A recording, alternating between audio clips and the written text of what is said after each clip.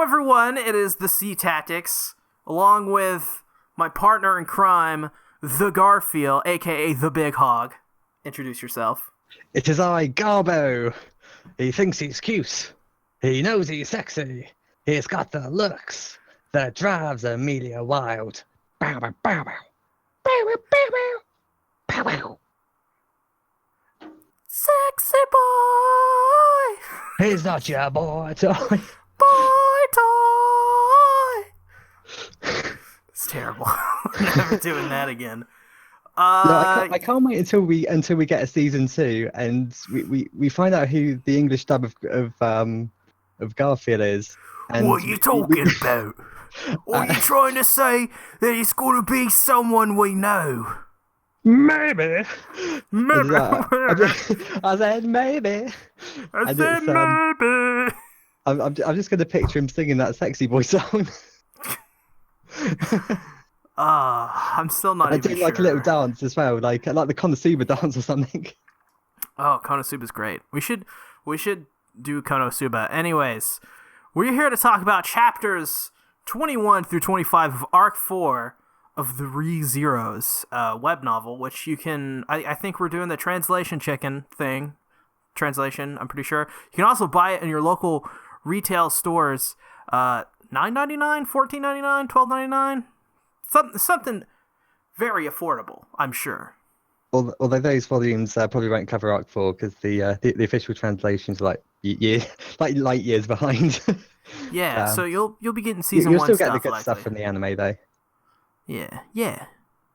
Buy it if you haven't already, because it's good. And support anime and light novels and the manga, because Lord knows they need it. I bought the spin-off of Ferris and Cruise the other day, and it just arrived today, so I'm looking forward to reading that. I bought the manga. You're a slut. Yeah, I'm a dumbass. I bought the manga. That's like reading the manga for Shield Hero instead of the light novel. I mean, who would do that? I mean, not definitely me. not us. Because I totally did not release a review of the manga of Shield Hero, which you should all go watch. Which is, by the way, very popular. I think it's almost got 1,000 views, so that's cool. Your video of it? Yeah, my video of the manga. Damn. Yeah, nice. Yeah. It's not a bad manga actually. It's good. It's very good. I like the characters. Characters are really nice. I'm gonna see if I can pick up a coffee. But now we're getting off topic. I want to pick up all the copies and just distribute them all to the denizens of America. Nowhere else, though. Maybe some of Canada. Maybe I'll give one copy to Condi and maybe 2 more to pass around. But who cares about You're Condi? very generous. Yeah, very, very generous. Before we get into stuff, which is the whole point of this podcast, we have to introduce some things. For example, I guess Garfield put this in here. Hentai is the best. Garfield, what are your thoughts? I totally agree. Have you considered getting a Faku subscription yet? I think you'll find it well worth your time. I don't know. I don't know about that. Something tells me. This is what happens when you let me edit Google Docs. You get things. This will happen throughout the whole podcast. I promise you. I think I've only put one more thing in there, and I think it's in chapter 21. But I'm looking at it right now. I like to add these random things in there. Yeah. Sadly, there will be no Mayo in this podcast. R.I.P. Subaru's mum. I'm still mourning the loss. But we do have an announcement, a pretty small one, but it's still something that some people may look forward to.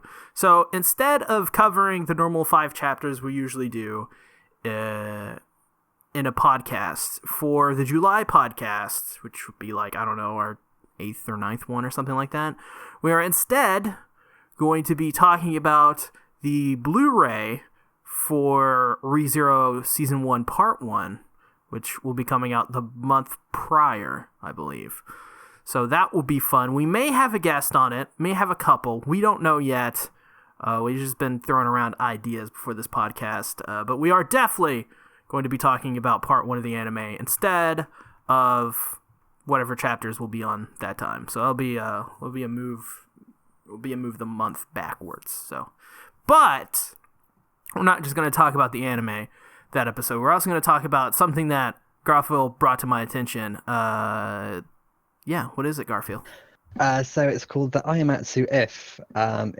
It's a fairly it's something of a spin-off, I guess you could call it. It's about like 30 to 40 pages. It's like 2 or 3 chapters, sort of in length. So it's not too much to cover, but it's essentially a spin-off that it imagines what it would be like if Subaru sort of came to this world but never met Amelia. And from my understanding, it sort of follows the premise if Subaru sort of becomes the villain instead of the hero. Interesting. So you'll have that to look forward to. It's going to be fun.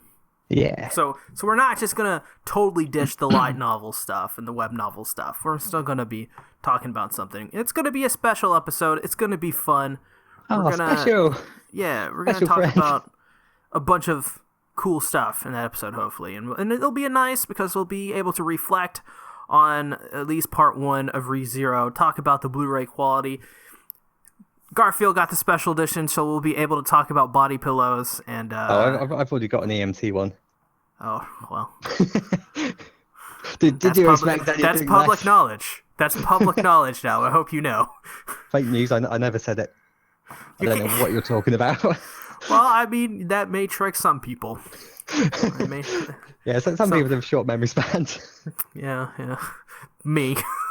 because last week we were supposed to do this, but I totally forgot to read 4 chapters. So there's that. Anyways, you want to start talking about the chapters now? Yeah. All right. Chapter 21, A Renewed Resolve. Subaru wakes up in the cavern to find Amelia, and he notices that she is in pain. Subaru wakes her up, but all is not okay as she starts to call out for her father and Puck. They then bring her back to the house where they discuss what happened with Subaru in the cavern. Is it cavern or is it what is the place where they took the trials? What would you call that? A cave? So it's kind of, it's like the witch's graveyard. It's like a tomb. A tomb. Yeah, I wrote this in a completely different state of mind. So I was a different person back when I wrote this. That's how long ago this was. I actually did some interesting world building on the tomb, and I forget what it was now in previous chapters. But sorry, carry on. He tells him he was able to take the trials and pass them, which surprised everyone, but he can't tell them how he got the qualifications due to the one-way pact.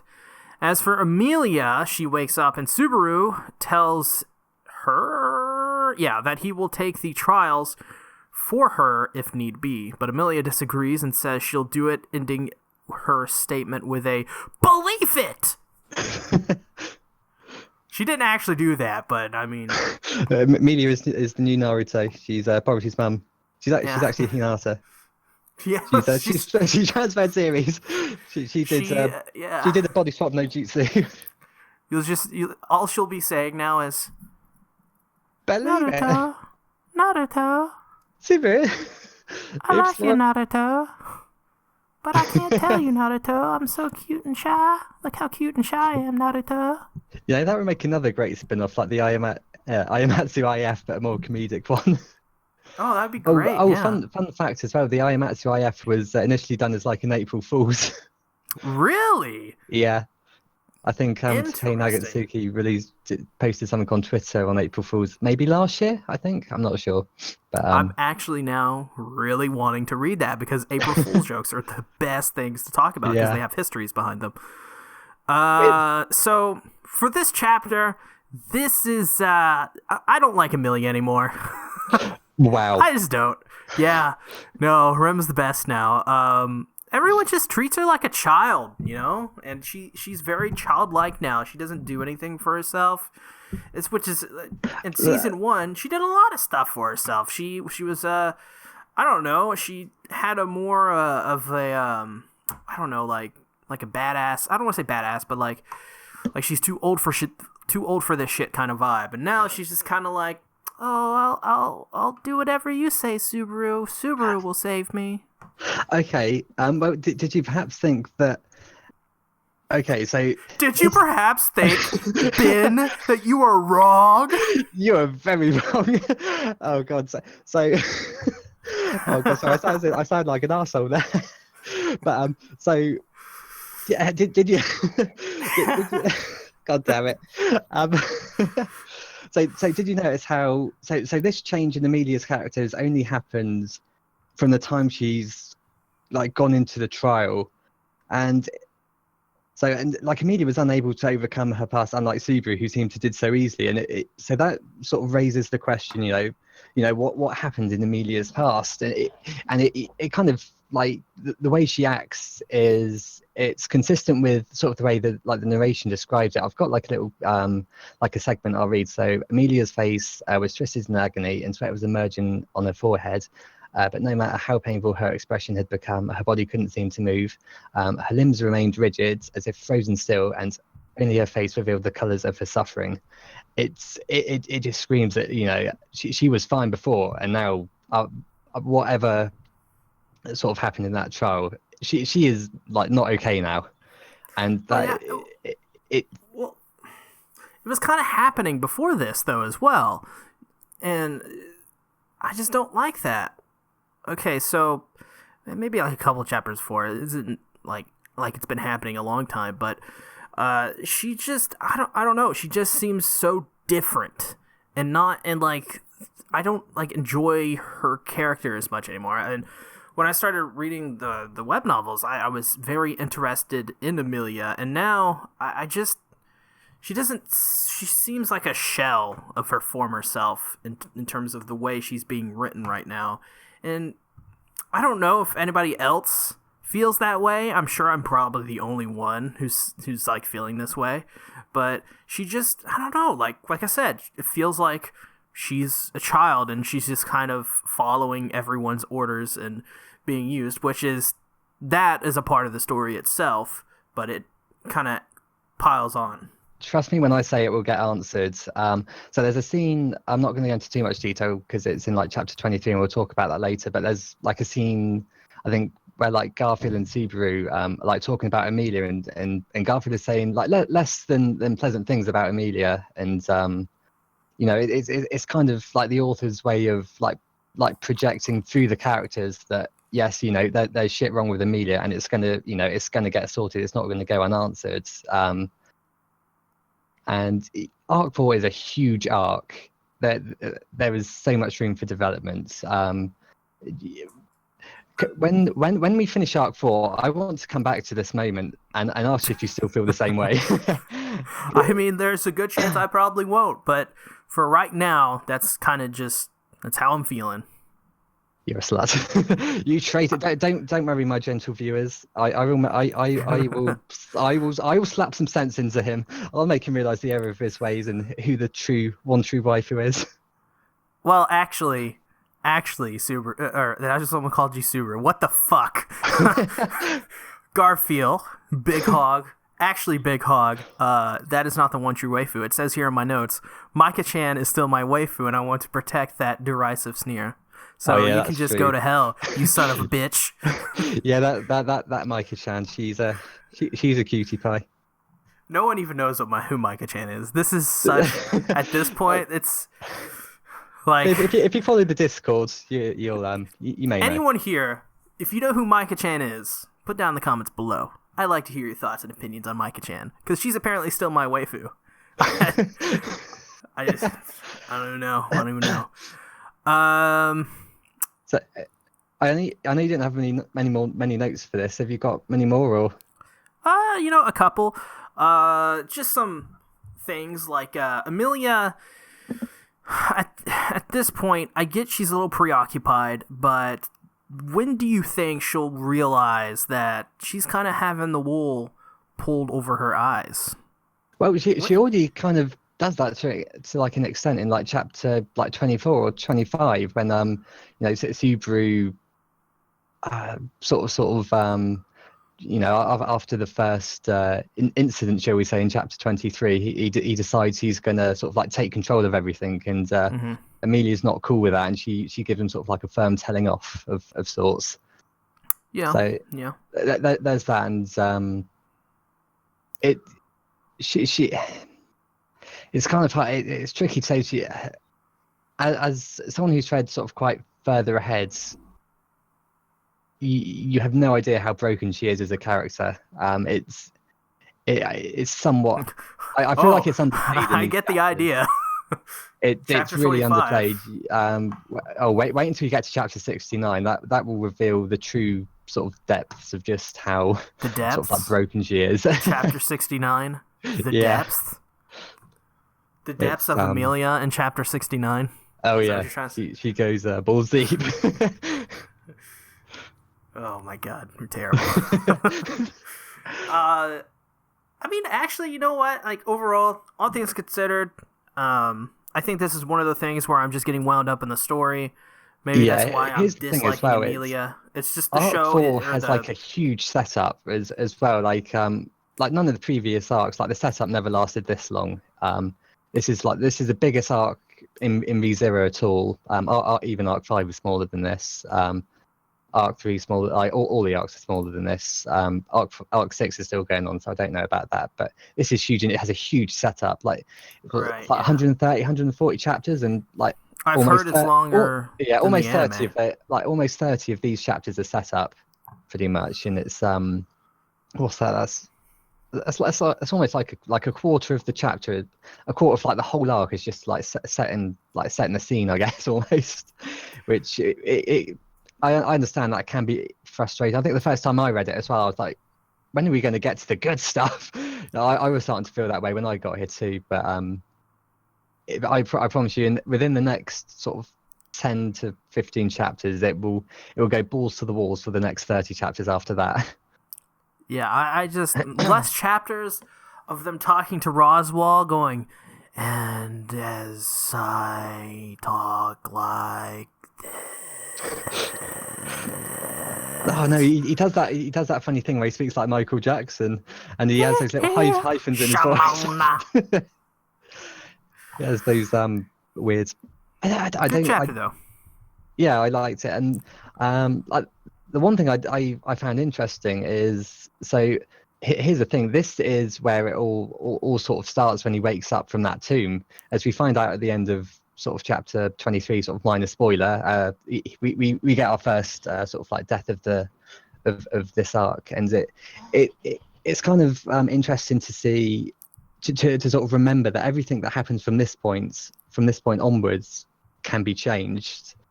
And it's interesting to think, you know, how characters like change based on like what Subaru does each and every time. It's just like a curious little thing to remember. Like everything that's done before is now set in stone, sort of solidified. It's just to sort of like to remember for sort of like Time when you get travel. like 50 chapters in and or however far. Just something to remember, I guess. Trying to say this is all time travel bullshit. I do like the time travel mechanic. It's not a traditional time travel mechanic. No. And I think that's why it's interesting. It It kind of requires painful deaths. It plays with your perception of what this loop is as well when you get to the second trial as well. I won't go too much into that because that's going to be a huge spoiler. But that's an interesting thing to. You are nowhere near done with like the return by death mechanic. There's still like a lot to explore with it. Can't wait to get more of it because it's really interesting. Any other notes, sir? Yeah. So I've got like Amelia when she was like rambling incohesively and she collapses. And it just sort of shows the effects of how clear sort of like the effects of the trials are, and it just kind of like makes you wonder like what happened in the past. And we're told sort of like discrimination again in this chapter. We're sort of like reminded of like how demi-humans are discriminated against, and it's told a lot about in the anime as well. And like I've got like a few quotations, and like one quotation, like a bit of narration that Amelia says. So like Amelia goes like, "Don't look at me with those kind of eyes. Don't. It's not like that. Why are you leaving me all alone? Please no." And like it says, like Amelia covers her palms over the face and fell to the ground. Her voice carried tears and trembling sobs, clear as silver chimes. would drown its listeners in heartache and sorrow. The sight of her collapsed upon the floor stunned Subaru into silence, unable to utter a single word. And it just sort of adds on to sort of like what we were talking about earlier with like Amelia breaking. It just makes you wonder what could cause that. And although we get some sort of an answer at the end of chapter 25 and I think to some extent chapter 26 as well, it's very much like a brief. It's very much like a blanket, Right. like a blanket explanation. It's like saying, like in Berserk, Guts and Griffith had a falling out. Griffith! You know, it's something along the lines of that. There's, from what I gather, it's meant to be very, very tragic. So you bring up Amelia somewhat breaking. So in terms of like, so now we get into like genres, right?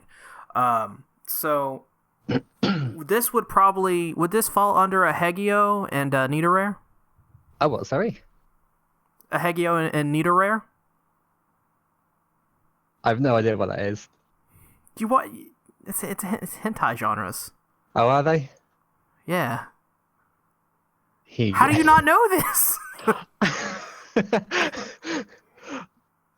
So no, it'd be Mind Break, Nidoran, and a Higio or whatever it's called. Oh, okay. So what are each of these these genres? I know some genres. Like I know what Petanko is. I don't know what the fuck that is. That's basically flat chested. All right. Well, Mind Break is pretty obvious, I think. Mm. You know, let's keep on talking about something different. Let's talk about anything but that. Okay, so I was trying to make a joke and it fell completely fat. I'm sorry, my lack of hentai knowledge is. What do you mean your lack of hentai knowledge? Get that out of here. So have you got any more comments, or shall I go on with my massive list of notes? I think we should just move on with your massive list of notes. Oh, geez. Okay, so. The next thing I wanted to talk about was Puck. Exactly who is Puck and what is he planning? Cat. He's a cat. Yeah, so like Amelia sort of like calls for Puck when Subaru's right beside her, and like in the anime, like Puck calls her Leah, like her daughter, and at first I thought maybe this was like his literal like daughter or something. And like Echidna knows Puck from 400 years ago, but and I had this theory where maybe like Echidna killed like Amelia's like father and turns her into a spirit. But then I realized, okay, Amelia's like only like 100 years old, and that's, you know, and Echidna and Puck Echidna's been sealed away for like 400 years or whatnot, or been dead for 400 years. So that one like somewhat idea goes out the window, but I am curious as to what exactly their relationship is and why, like how do they form their contract so easily? Like in I think like between like chapter 5 and 15, like no 5 and 10 or something. Like Amelia talks about how like she and Puck formed a contract and how like the only condition, as it were, was for her to like have her hair done in like a certain way, and even Roswell was like taken back by this. So I just want to know what Puck, like, why is he being so shady? Why is he hiding? Is it because Echidna he's scared of Echidna or something? I have no idea. This is a interesting I only brought that up because just because of the way like Amelia was calling for Puck, and it just sort of like reminded me again. I think there's something behind the great spirits themselves that we just don't know about yet. So early in the story, I think there's some twist. I don't know. There's gonna be something that involves the great spirits and how they become great spirits or who they are before. There was a big twist with Beatrice that's just happened as of like chapter 76, which was very interesting. But we'll have to find out about Puck, see what his spirit history is like. Well, maybe it's something like to be turned into a great spirit, they're all humans before, or something like that. Or maybe like there are some spirits that, like for example, maybe are like animal-like, like Puck, but are humans before, and they are chosen to, because of this, they're like so powerful that like maybe there's like, because like we do have time travel elements, right? So maybe Yeah. like they can like even time travel or do something like that. So maybe Puck is from like, I don't like, or like any kind of great spirit can be like from the future, or like I don't know, or just have so much power that they I mean, can do something incredible. Yeah, I Like, mean, Puck is incredibly powerful from what we saw in the anime, where when like Amelia died, he just turned into that like giant beast, just like destroys everything. So that who knows? That is, I can't wait to find that out. To be honest, there's a lot of juicy stuff to find out about the spirits. and who knows? Who knows? Who knows about those great spirits? It could be literally anything. But it is Mm. one of the most interesting kind of like not really talked about facets of ReZero I kind of like is like who decides who's a great spirit, right? Yeah, there's going to be you'll find out more specifically, and I know for sure you'll get more about Beatrice as like a spirit. You find out you'll get tons of information on that later on, but I still haven't heard anything about Puck, so I'm still waiting to Biko, see I on that. love But you. yeah, but I know for sure we're gonna at least get something on the great spirits. So which I think you can enjoy it a lot when we get to it for the podcast. And Anyways, moving on. yeah. So the next point I have. So anyone who's ever taken the trials. So there's been different. There's been different. Different characters have said different things about the trials. Like some people have said like they're forbidden to take the trials or something, or there's some sort of contract that forbids people from taking the trials, and then there's the time when Lou said, "Oh, she's taken the trial," and it doesn't quite add up. So maybe they're sort of hiding something. But if they have taken the trials, do you think any of them have ever seen Ecchi Donna? Like Amelia made no mention of her, but like given her state, I guess like a brief encounter with her would probably be like the last thing on their minds. But the way just like Lou's contradicted herself has sort of has me wondering. And if it is Subaru, why is it sort of only Subaru? Is she trying to mess with Satella's plans?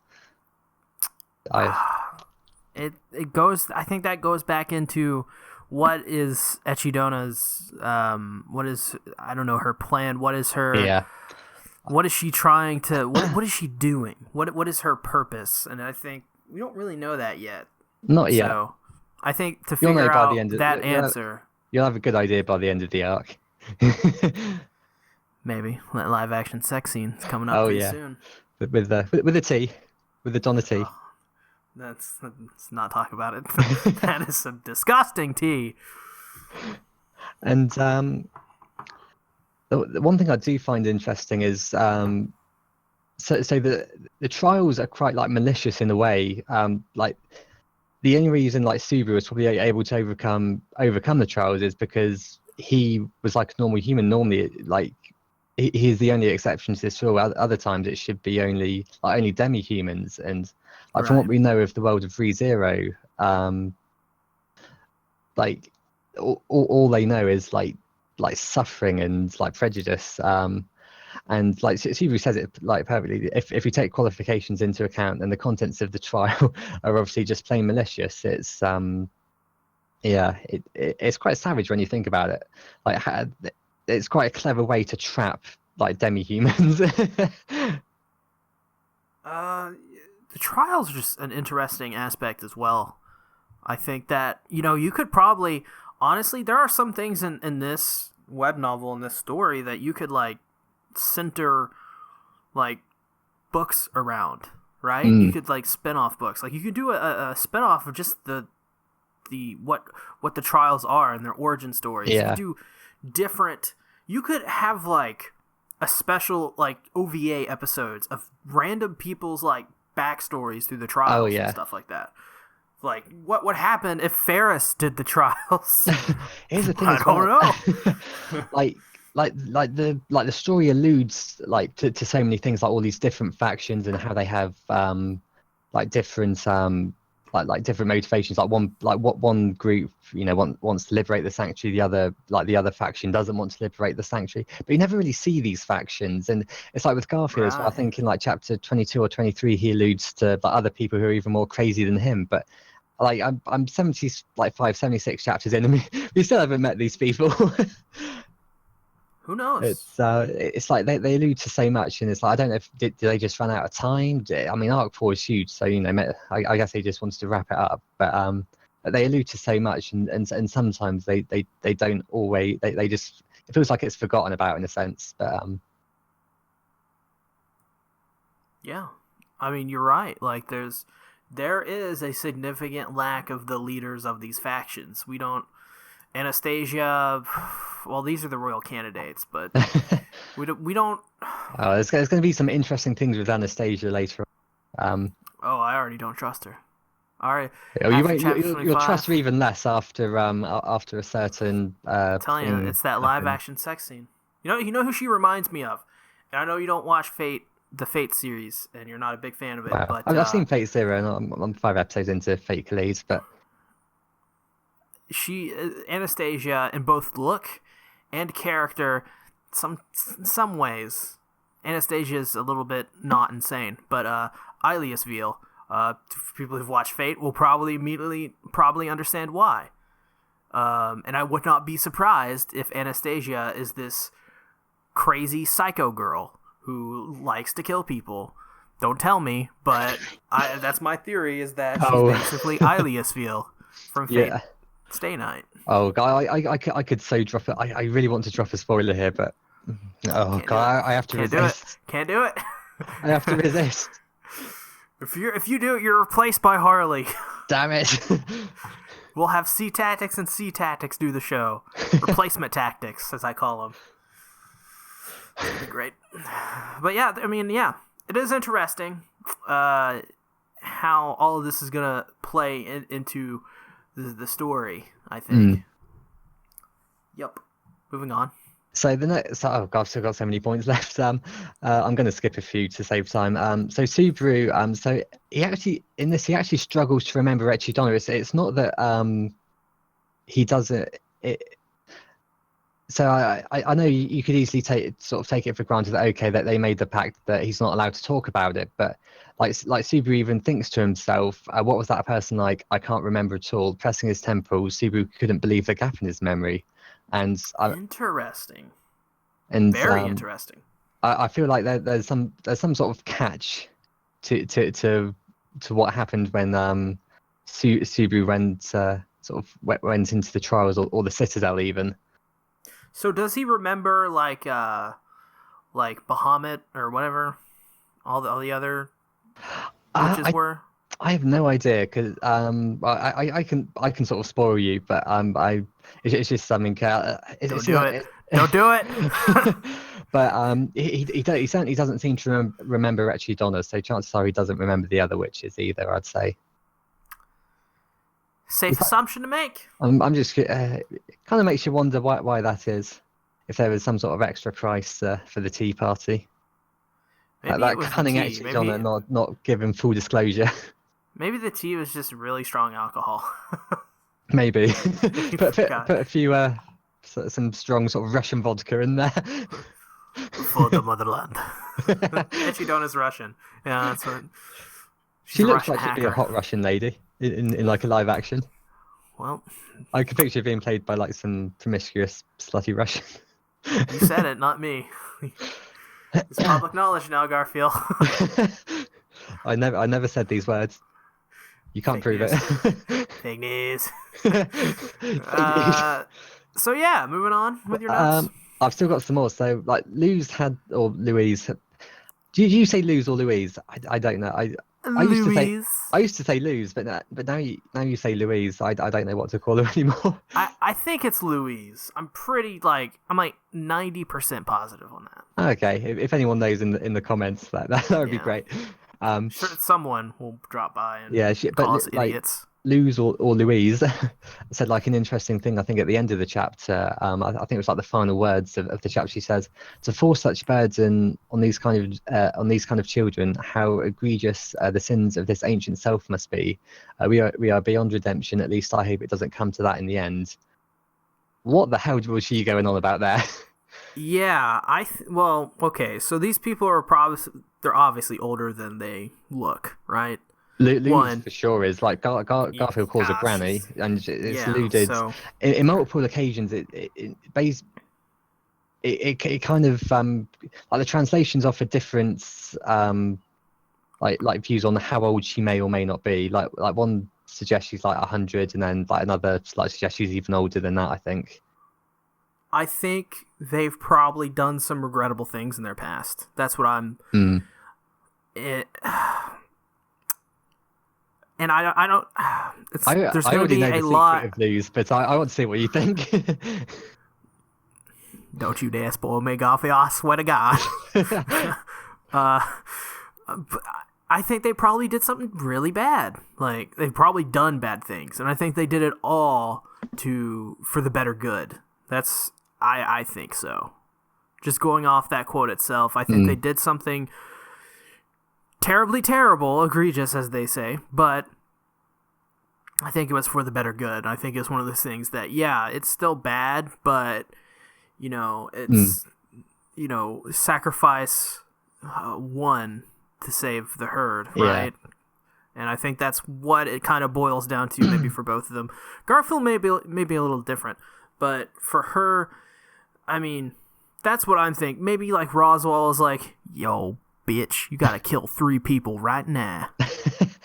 I think Garfield's backstory is going to be from what I hear, it will be the biggest tearjerker of like the whole story, like even worse than Amelia's backstory from what I've been told. So I'm well and truly looking forward to that one. Garfield had to listen to Nickelback. That's what it turned out to be. And engage in incestuous activities. Look at this photograph. Sorry.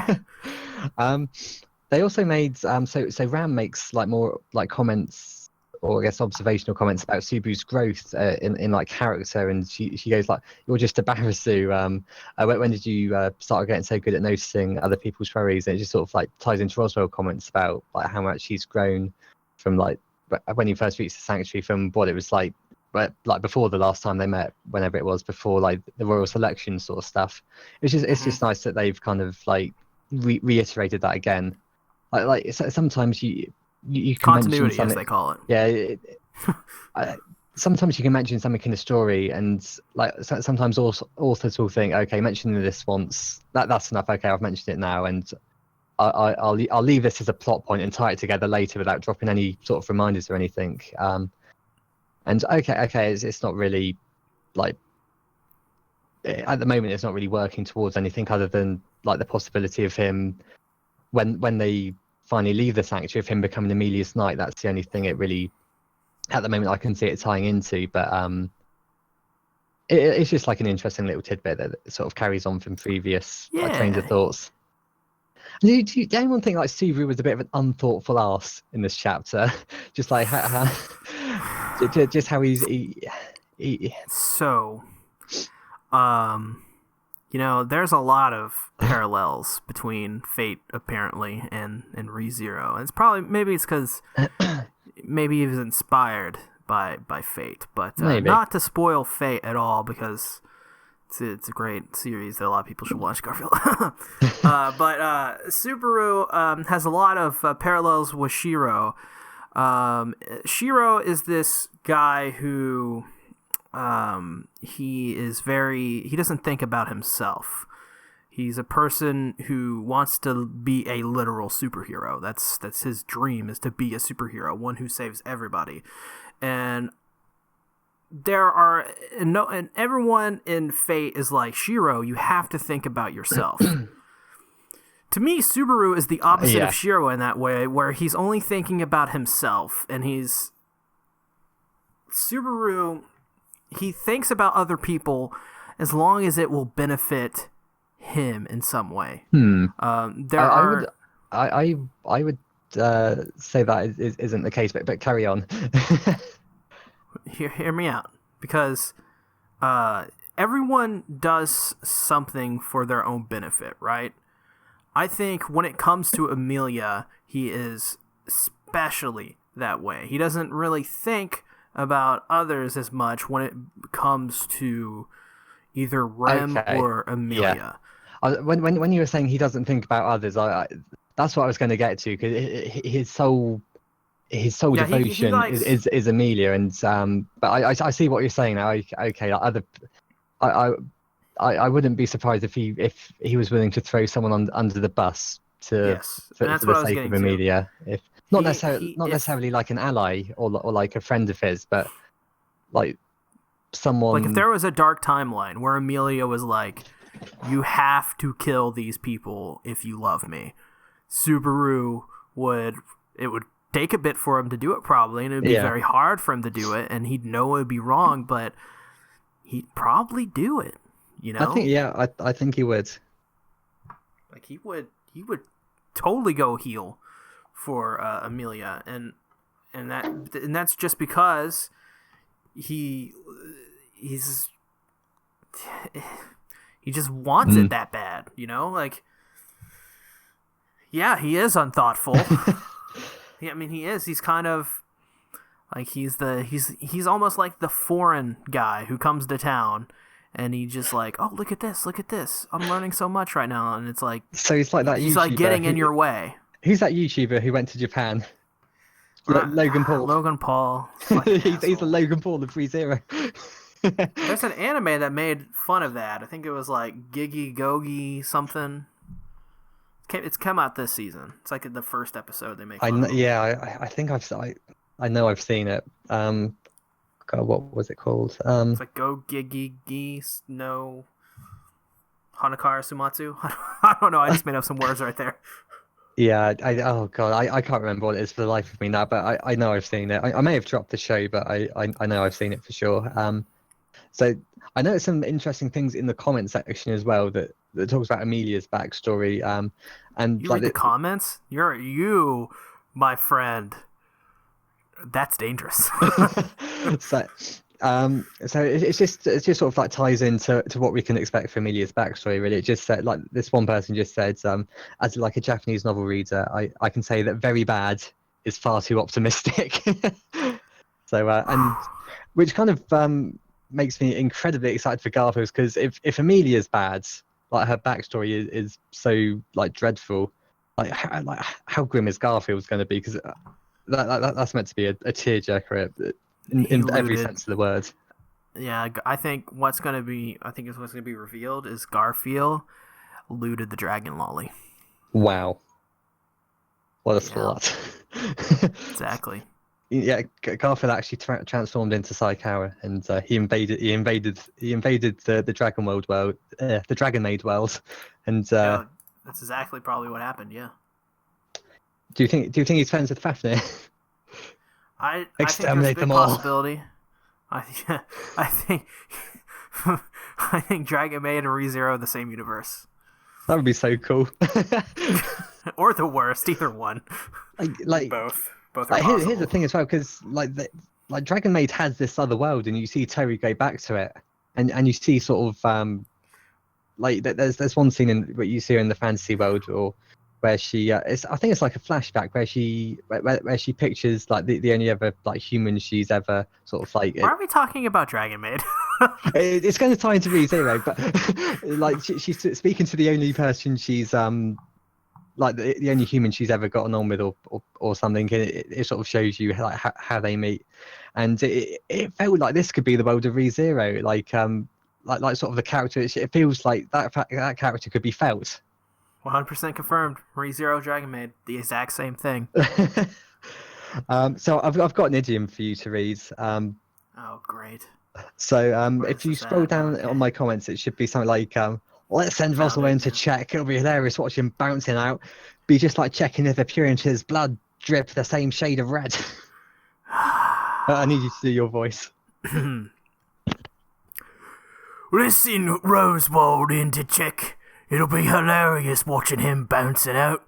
Be just like checking if Pony puns. Blood drips the same shade of red. Did the best I could. Oh god, when we get the season 2 dub, it's going to be top tier. I cannot wait. And, I hope I'm hired. I hope I pass auditions. There was another thing as well. Subaru was being a bit of a lech again. They were talking about. I'm not sure if it was. I think it was directly after the trial where they're in the treatment room, or maybe it's when they got back to back to the house, and the media says in a dark place all alone with Subaru, and Subaru makes the comment. Oh, never mind. I haven't made concise notes. I can't remember what I wanted to say about it now. Apparently, there's more things for me to read, though. I see. Are there? What did I put? Did I put more? It's God. I only remember making two, like the Micah Stan one and the. There's more. Oh God! I'm looking forward to this because I can't remember what I wrote, but it's in this chapter. Okay. Interesting. Do you want to read it? I've got like 3 more notes.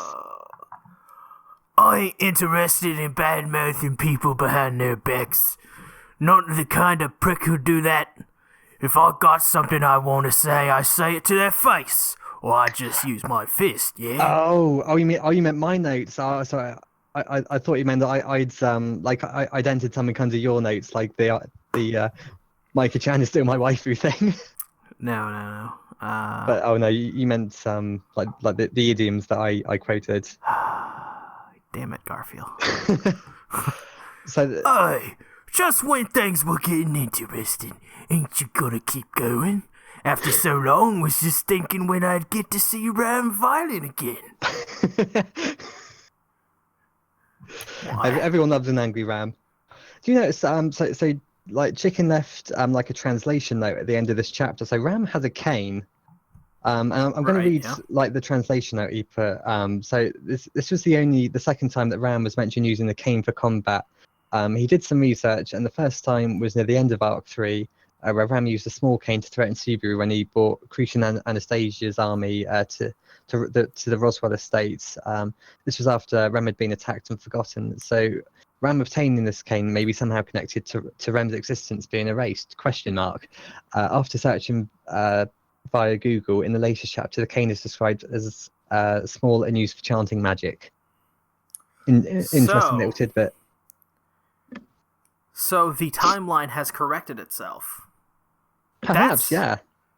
Wow. I mean, the timeline kind of corrected itself in like previously as well, because it's like when we get more of what do you call it?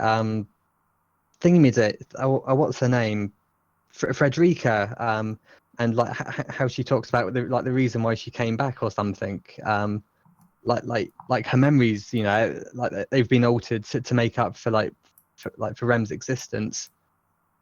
And like the way she remembers like Ram's backstory and everything, and well, not necessarily backstory, but like how things were at the mansion when she was there. Like, you know, things have been altered to sort of like account for that.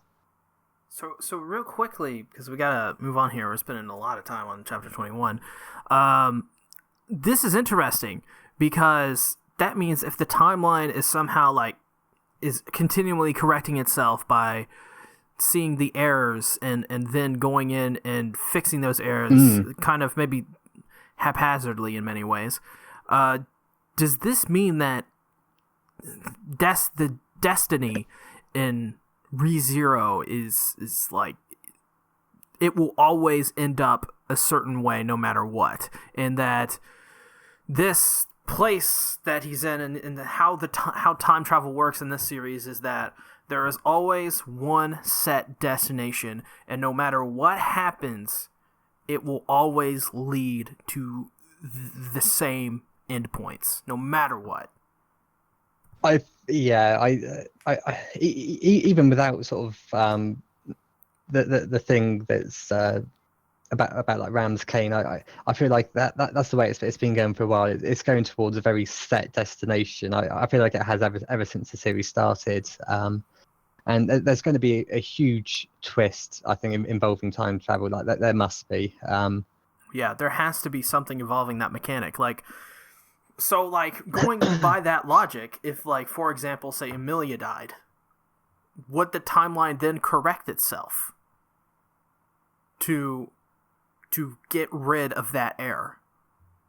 There would have to be something, and would she be replaced by someone? I guess. I have no idea. Like, Very thought provoking. Yeah, like Amelia is still such a mystery. Like, obviously she's the main character, but why is she the main character? You know, we haven't had anything. Like, Amelia's never hasn't done anything that warrants her being the main character. Other than, okay, so she's a candidate for the royal selection, but why is she a candidate for the royal selection? Do we know? Does Subaru know? I don't think Subaru knows. I think that's something I made for chapter 22 or 23 as well, like a point there. So I won't go too much into it. But speaking of chapter 22, we should get on to that. Yeah. Subaru wakes up in the cathedral where the villagers are. We learn that the villagers look up to Subaru, or well, starting to look up to him, and he takes care of the kids by being around them and being nice and stuff like that. He runs into Garfield and they have a fun conversation about things and stuff. Then Garfield and Subaru start to talk about the villagers and a plan to continue the trials while Amelia is out. But they eventually decide that Subaru will be the one to complete the trials as Amelia is unable to do so. At least the state she's in right now. The chapter then ends with a pretty nice scene where Amelia needs Subaru to help her sleep. As she is haunted by the trials, Subaru decides there that she won't be doing them anymore. I really liked this last scene here. I think, well, how does it start out? So, well, I think honestly, it's not even that. It's just the way this scene progresses. It really, it plays on the strengths of these two characters being together. And that is Amelia needs someone, and Subaru is that person, right? I don't want to say caretaker, but the one kind of, I guess, of this series. And these characters complement each other very nice. And this scene is like a textbook example of characters that just complement each other through the story. What do you think?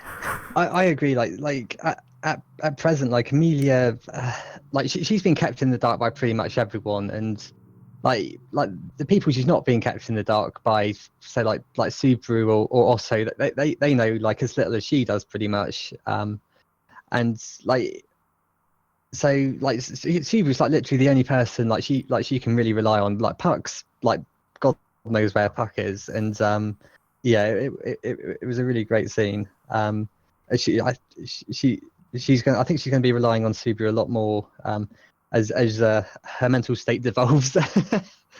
Yeah. I'd be curious. She does seem to be in dire straits in this chapter. I'd be curious what happens if in the loop, say where Subaru, say if Subaru sort of like wakes up from his loop like one time and he's so angry he just storms out of the sanctuary, and like he just goes to the Roswell estate to do whatever there with someone, maybe. No spoilers. Of course. And then he comes back and sex up Roswell, right? And because if you, I don't know if you remember, but like Amelia and Subaru did like the pinky promise. Like, yes. Beforehand. A great scene. And like what's going to happen if Subaru like finds out something in one of his previous loops and he has to suddenly like run off to save the day somewhere else, and he leaves Amelia stranded all alone, and she can't deal with it alone. I wonder what might happen then. This is what Subaru's got to do. He's got to. Okay. So this is Subaru's got to be like, "Yo, girl, you want to come with me?" and then Amelia's like, "Oh, Subaru, you're just kidding." And then Subaru's like, "Nah, bitch, we doing it right now." She thinks she's cute. Like, she's sexy. And then Amelia breaks out into a dance and song. The Trav Subaru, wow. Of she does actually, though. That's kind of ironic. Amelia should be the one to be singing "Sexy Boy," not Garfield. Although in her case it would be "Sexy Girl." Damn it, Garfield. She drives Subaru wild. I don't know.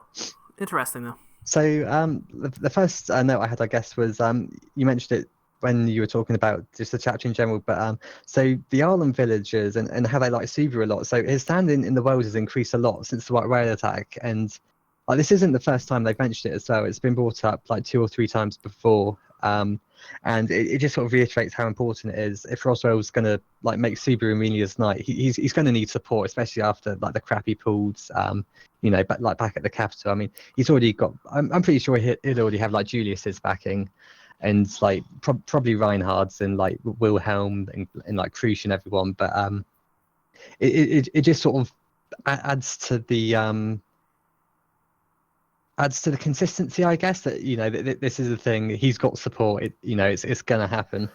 Continuity. Continuity. Yeah. That's the That's word a word that keeps coming up. I'm gonna write that word down because I keep forgetting it. Garfield, why even are you in the server all over your window and walls? And even the TV? Discord server, that word comes up all the time. Yeah. Join the Discord server, by the way, if you haven't already. It's great. I make lots of memes there. We both make lots of memes. I love spamming memes. Spamming memes is the benefit of joining our server. Yeah. You get to spam them.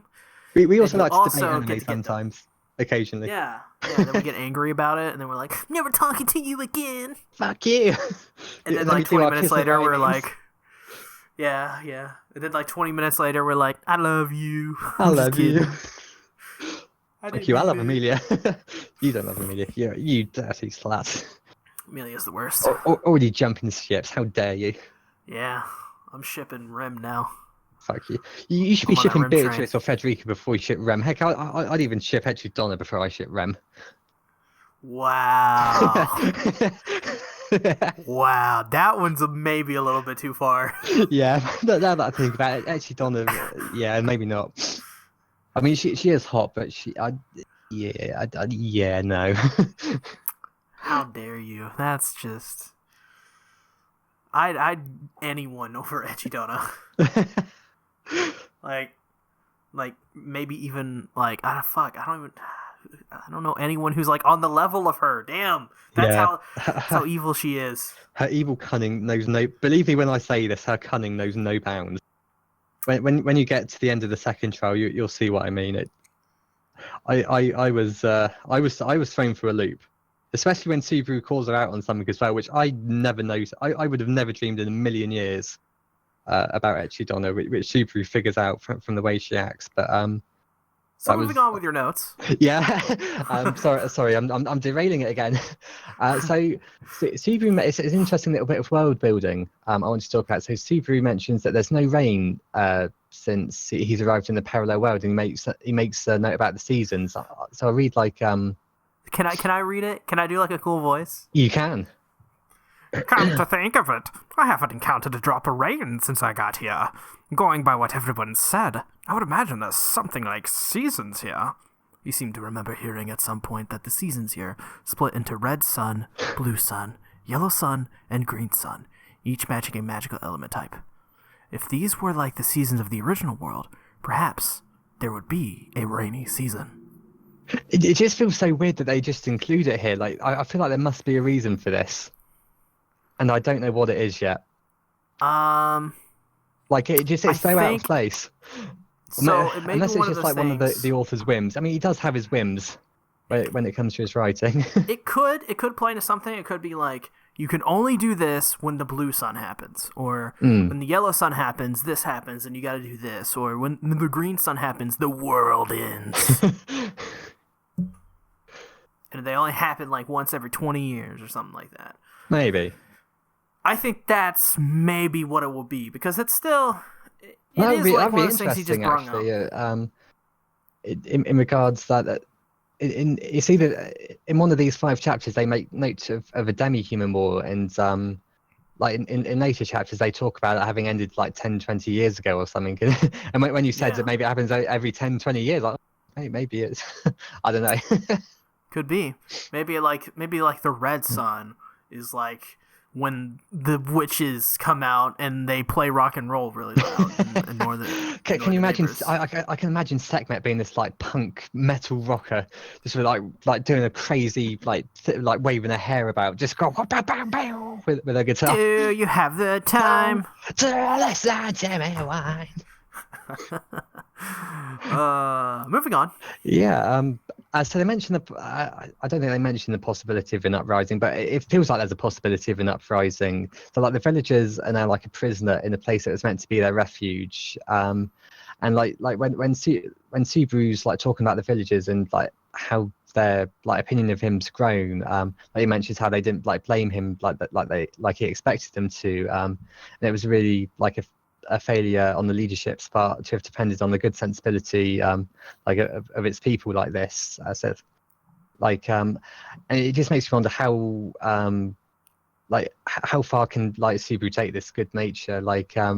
How long? What was the longest like this situation is going to last for with like the prisoners being trapped? Are there going to be other loops where they don't let the prisoners go? Because that'd be bad. That would be interesting. You can't imagine that's going to go well if that happens. Yeah. I've got a quote from Garfield. So as if I'd so Subaru and Garfield are having like a I get an argument of sorts about like Amelia and Garfield's like being like less than pleasant, and Subaru's like trying to defend her, saying, oh, she just needs a bit more time, sort of thing. And like Garfield says, is it as if I believe that tall tale at this point? Your sheltered princess, Sama, which I thought was great, already had to be pulled out of their crying 3 days in a row now. You honestly think you can do it? And it's another way of like the author like sort of projecting what he understands to be like reader frustration like onto the characters. I think as well. And like the sad thing is like as much as I want like Amelia to have this feat like for herself, like there's not going to be time in this arc. Something's gonna have to be done pronto, because like we find out in chapter 23 we have Elsa, but that's not where this ends. There is so much more shit going on than you have any ideas of it. Like at this point in time, that there's so much stuff, and like time is something you really don't have in this arc. Like shit's already like beginning to move like as soon as Subaru wakes up, really. So this is also the part, by the way, I'm gonna like, I mean, we're totally like peeling back the curtains right now, but I'm gonna follow your notes, and I'm just gonna like lead you into these questions. I hope that's all right. Okay. So in this chapter, they kind of talk about the trials a little bit, and the kind of I don't know, how they work, and we kind of figure out that maybe two people can't take it at once. Yeah, it's kind of vague that they give they give like they give explanations at different chapters that kind of give opposite interpretations. Like so the first time I read it, I understood it to be so like the trials can't advance. So if two people are taking the trials, someone can't move on to the second trial until both people have finished the first trial. But then in like chapter 24 or chapter 25, it seems to infer, or maybe it's another chapter, I really can't remember now, but it seems to infer that they can still advance the trials, but it can't be at the same time as another person is doing the trials. So Amelia will have to like not go in, so Subaru can, or when like Amelia wakes up, if it's still nighttime and she leaves, then Subaru can go in and possibly take the second trial. It's kind of vague how it doesn't get, it's not the most concise translation, I guess. I mean, it could be a concise translation. Maybe the author hasn't like expressed it very clearly. I'm not sure, but it's a thing to. I'm sure we'll find out later what exactly. Yeah, we'll find out. We'll find out. So apparently, I have to read another quote now. Oh, do you? Maybe. Is that I can't. I don't know. Garfield, you're quoting Garfield in your next note. So Oh yeah. Oh fuck yeah. Yes, you do. You do need to read the Garfield quote. Okay. So Garfield, when they're like debating Amelia doing the trial, and Garfield like basically wants Subaru to do the trial. He basically comes up with a plot to kill Amelia. So I'm going to take her out back and ditch her. But the funny thing, it just seems more amusing than it does like genuinely threatening. Like I'm not sure it was meant to come over that way, but maybe it's just like his unrefined speech pattern or something. But like I feel like this was meant to be him like expressing genuine, I guess, concern or anguish and angriness maybe. But if you want to read the quote that I've included, that would be hilarious. You're just being chill with the one you've got a thing for. But do you think anyone else cares about her like you do? Honestly, my opinion of Princess Summer's been dropping down and down and down, even as we speak. That's... It's about time you admit it. If we get rid of the Princess Summer, at least you can get your ass into second trial. Okay, that way at least we doing something real about freeing this place. Anyone can figure out that much. Copper. Oh god, that was a quality reading. Bravo, 10 out of 10. It's terrible. That was yeah. Yeah, kind of. Again, it just ties into what I said before about like the author sort of like showing through comedic ways to do things. Yeah, and he recognizes the viewer's concerns again. It does this like multiple times throughout like these 5 chapters. Continuity. Yeah, continuity. Just continuity. So you also bring up Garfield's frustration. Yeah. And then how's that? Yeah. Yeah, that's basically what I just said then. Garfield's frustration can be seen as like a reflection of the viewer's frustration, like the author's way of saying, "Don't worry, I hear your concerns. You know that this is being done for a reason, and it's very important," sort of thing. That's probably what I was trying to say, but I wasn't reading from that note, which is why I probably stumbled a bunch. Yeah. How dare you? You're fired. Yeah.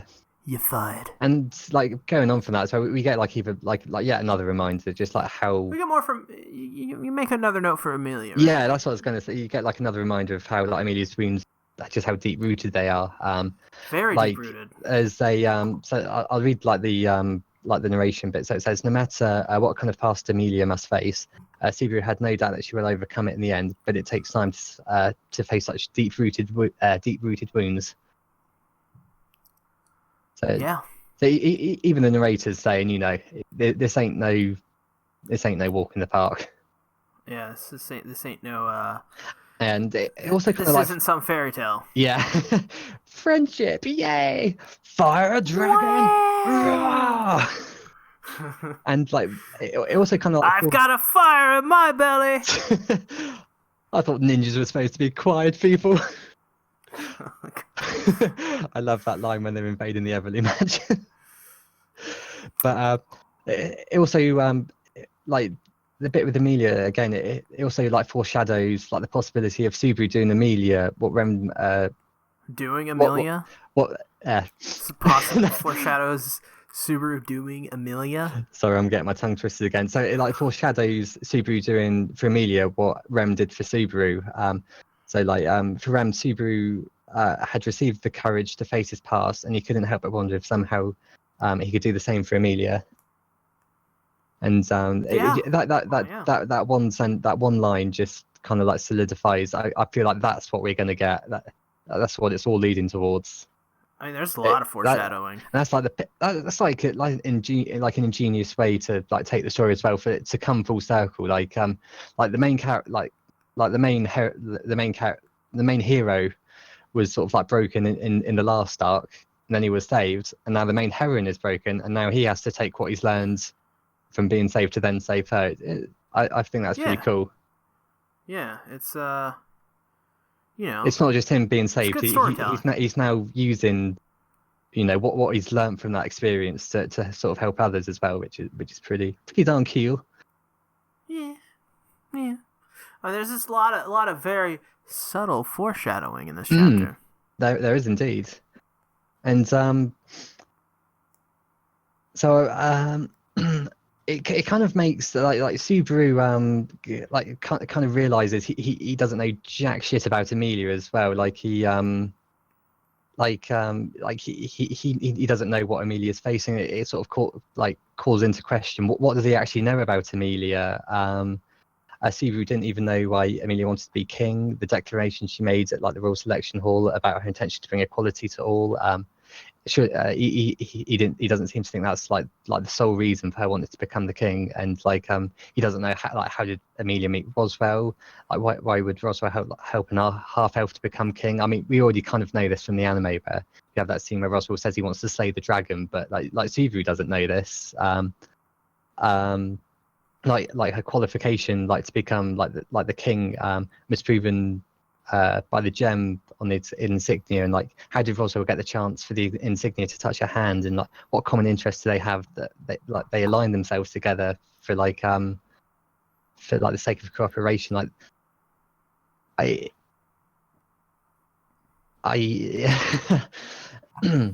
a blank there. Yeah, fuck. I forgot what I was going to say. Well, I think going back to that last scene in this chapter, one of the things I really liked about it, like I said earlier, is that the two characters, Subaru and Amelia, complement each other.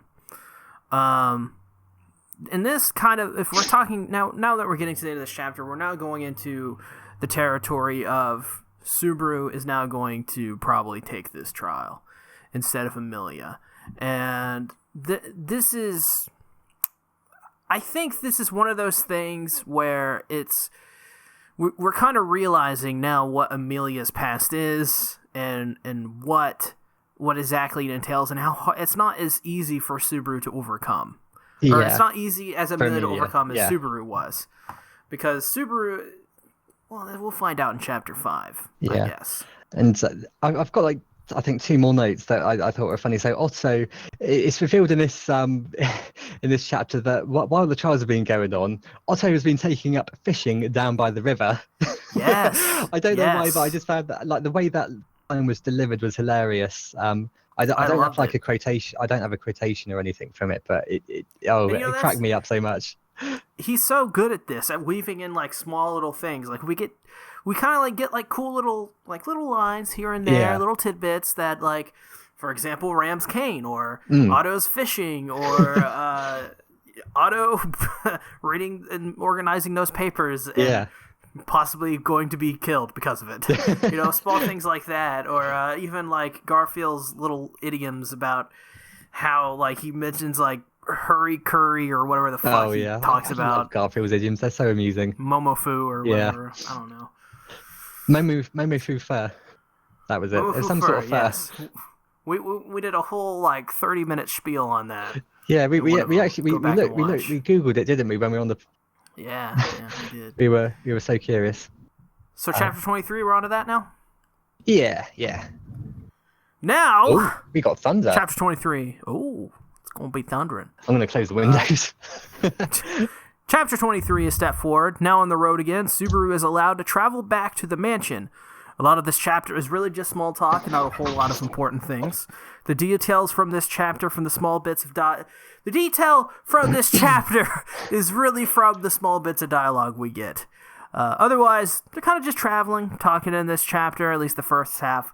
The second half sees Subaru go inside the mansion. Nobody is there.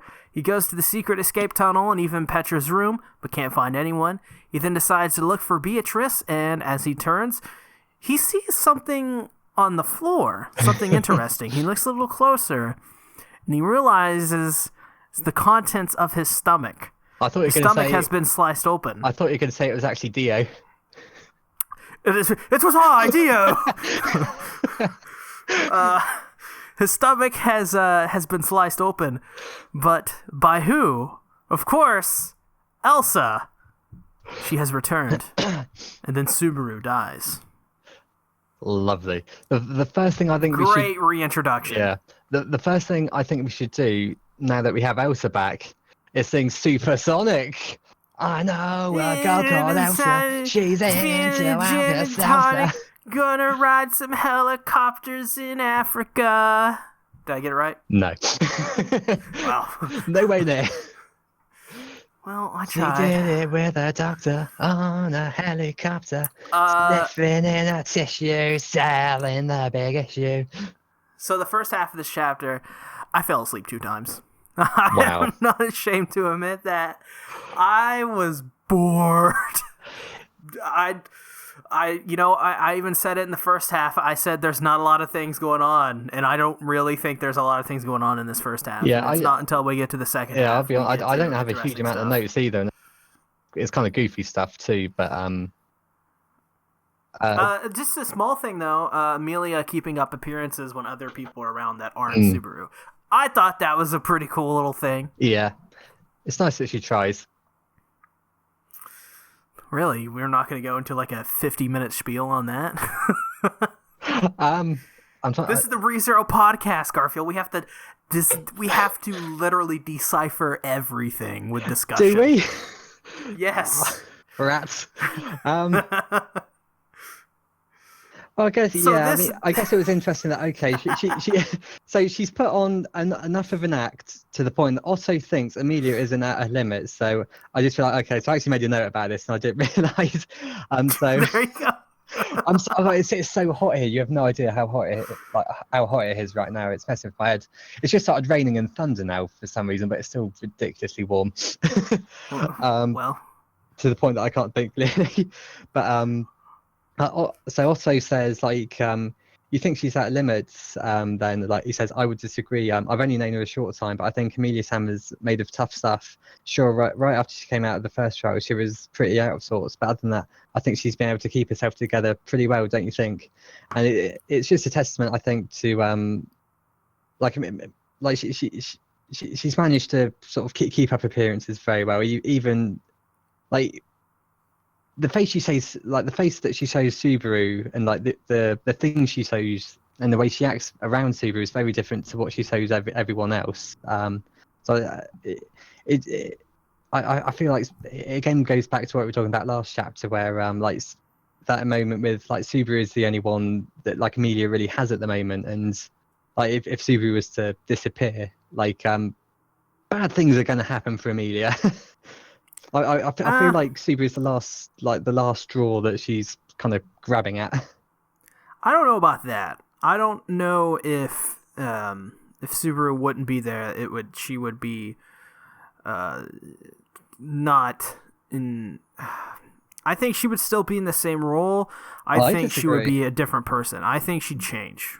I think she'd be hardened even more. No. I think I don't know. I don't know. I think she is literally that close to breaking point. And that's what I'm saying. She'll break, and she'll be a totally different person. She'll be like, she won't be Amiria. She'll be fucking Echidona levels of evilness. I'm telling you, Garfield. I'm telling you right now. I'm right and you're wrong. Damn it. But we'll see when we get further into the story. I could talk about this, but it's tough without spoiling it. Is the only thing. It's like there's a scene like later on when Subaru I won't even say it because it's going to spoil. But yeah, I think she's at her wit's end. I mean, right now she is. Yeah. But what happens after she's at her wit's end? Oh, what comes after that? That's what I'm saying. She breaks. Well and truly. Exactly. A Hegio, need a rare, mind break. That's what I'm saying, okay? She gets fucked so hard by life that she Hegios everywhere. I was trying to do that Japanese, that Japanese thing where they say okay, okay. Like they did it in Hinamatsuri this week. They did it. I know they do it in blends as well, but it's just so cute whenever they do that okay sort of thing in the English. English. English. Steins Gate has some good English. Son of a bitch. See, I haven't even seen Uh, Steins Gate, and even I know that one. More people. There are apparently more people like Garfield. What's that? What's that about? Yeah, I don't know. So like Garfield, like so when they talk about like Subaru tries to when they're talking about like I guess like liberating like the refugees, Garfield alludes to, you know, like the different factions again, and sort of how like there's people more hot-blooded than he is, and it's interesting because I've read 75 chapters or 76 chapters maybe, and we haven't really seen any of these other characters that are mentioned sort of earlier on in the arc, or even the other factions in fact. And I don't know why like the author did this. Like he alludes to like a few things that like early on in this arc as well, and it's never like brought up again. It's kind of left to be forgotten about of sorts. Which is a shame, because if there were like more characters like Garfield, that would make this arc just insane when I think about it. A little note, and I don't know what I meant by this note because I didn't, like an idiot, didn't like type out what I meant by this. There's a quote in it where they're talking about Beatrice, and I think it's Subaru makes a mental note. He goes, "Beatrice isn't the kind of kid who can read the room." What? Read the room. Oh no, I think okay. So I think I'm okay. So I think I know this is a problem that I had with this. So I think what I mean by this is that when Beatrice can't read the room, what do you mean by she can't read the room? Like she's like a great spirit, right? Like she's I don't old know. and I'll have to go back and reread it. I don't actually like. I must have read it, but I guess it didn't leave much of an impression on me. But like well, I guess you fell asleep like I did. I mean, I didn't fall You just asleep. don't I know mean, admittedly, like not a lot happened apart from like, you know, the end bit where The twist. yes, Wait, let's go ahead and talk about it. Let's talk about the twist. Elsa has come back. She has come back to rightfully slice some stomachs open oh and yes, have huge boobs. We're gonna call her boobs from now on. Can we call her boobs? we Can we just boil down her character to just her chest? we can call her Alka-Seltzer Elsa. I like how some of the descriptive text they Subaru uses to describe Elsa. Yeah, like the way it just like an eel, like a serpent, so like a spider serpent. I'm getting slightly into chapter 24 here, but like the way they describe her bloodlust, it was brilliant. Almost perverted, right? Yeah, Is that what it they was. said? Oh, it was just so descriptive and just it kind of like makes your skin crawl a bit almost. And it was great. I loved it. Yeah. I should have I really should have grabbed some narration actually for that to share, but I didn't. I'm a bad Garbo. I wasn't prepared Bad enough. Garbo, how dare you? How dare you? That's all I got from my notes. Okay, so I don't have. I like boobs, Chan. I don't have that many notes myself, but so one thing I want to talk about was Roswell's expectations, I guess. So Subaru mentions how he couldn't like forget the change in expression on Roswell's face when he heard that like Subaru passed and Amelia had failed. And he said it was like the first time he's ever seen such an expression before, and it wasn't like a good one. And it just makes you think like like the amount of what's the opposite of incontinuity? The amount of incontinuity there is with Roswell's character and the things he says. Like he's never clear. He's always like leaving. He always leaves something. He never explains himself properly. Just like I like Roswell is such a mystery. It just piles onto that already big bucket of what the fuck is Roswell planning. I think the word you're looking for is continuity. Yes. In continuity this time. It's a great word. It's the word of this podcast, continuity. Any more notes? Yes, it really cracked me up. So when Garfield sort of sees off Subaru and Otto, he gives them a password, and it's basically like a massive long idiom. And Otto writes it, yes. and Otto actually like bothers to write it down. I'm just like, wow, Otto, like nice one. I like that he carries a little notepad with him. Bless him. Yeah, yeah. There's a thing as well where, like, Subaru asks like Garfield about if he knows who Frederica is, and like Garfield just says it's complicated. And all I can picture is that, like, I'm sure that there's like a goofy pop song called "It's Complicated" or something. And I could write one if you want me to. Sure, right? No, we should play it live, and I'll sing Wonderwall to it. It's Wonderwall. Just want me to do Wonderwall? Yeah, you can write some lyrics. I'll ignore them, and I'll just sing Wonderwall. Oh. And here's another. So this chapter also mentioned that it's a 15-minute walk from like the Arlen village to the mansion, like after they drop the villagers off. Which doesn't sound quite right to me. Do you remember, like, in Arc 2? So after Subaru's fought Elsa and they're at the mansion, and Subaru gets the curse placed on him. Like when he's first goes down to the village before the curse gets placed on him. Rem needs to go there to like buy supplies or something, like fruit or things, and like she says, "Oh, I'll need some help or something because it's like a long trek or something." But then in this web novel, they've just said it's a 15-minute walk, and did she really need Subaru's help for that? For a 15-minute walk? Yeah, bro. I don't know. Ram. It sounds a bit odd. Like she's saying, like they'd need the whole. I feel like in the anime they said they'd need a good part of a day for it as well, which sounds a bit bizarre. Like I don't. Like, I think I know what happened here. I think Ram and Subaru are having a secret relationship. That must be it. Yeah. They're sneaking off. And they're just having 15-minute quickies. My Remy, she can't please me no more. Sibu, I need you. What the fuck? I've got a couple more notes as well, mostly comedic things, but there is one more thing that I'd like to theorize about too.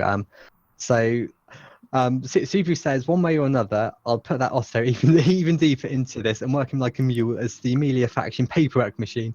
I'll make him the official office robot. Do they react to the robot thing? I can't remember. Are they like, robot? What is that? I feel like that was Subaru talking to himself as opposed to actually. Okay. So that's what that was. Yeah. I think that was. I just thought it was hilarious.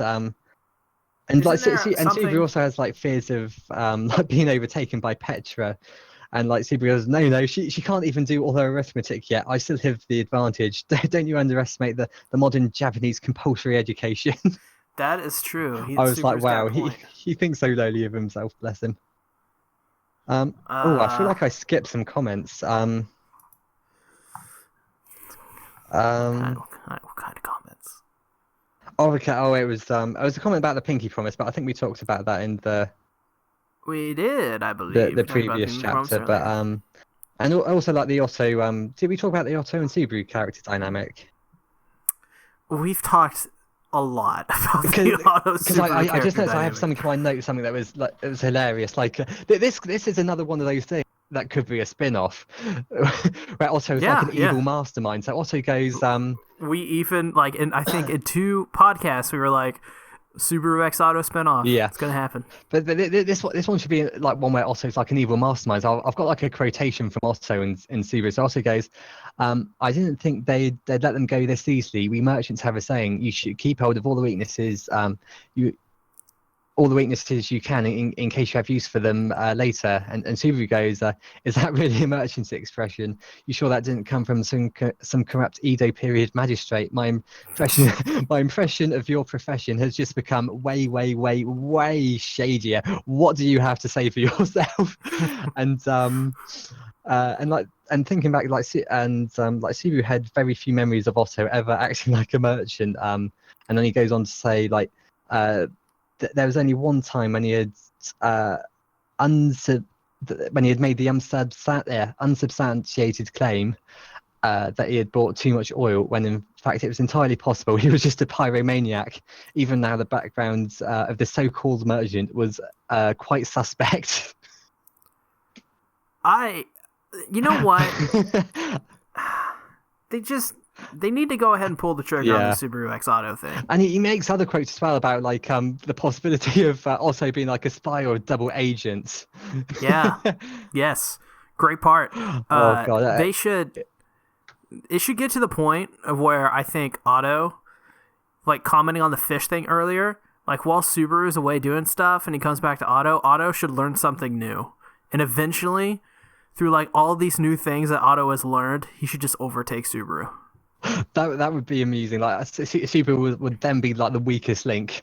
Oh yes. Hey, when he goes back to like the match, Petra's learned some new like insane crazy magic from Beatrice. Now she's like a top tier wizard. Petra has learned sexy jutsu. She's led the ways of the Euro camp. She knows how to make hot coffee. So I've got one more note. So when Subaru goes back to the mansion, he goes through like a hidden like a hidden passageway, like a bookshelf or something that turns out into like a hidden passageway. Yes, and he does, Subaru, like I don't think he ever.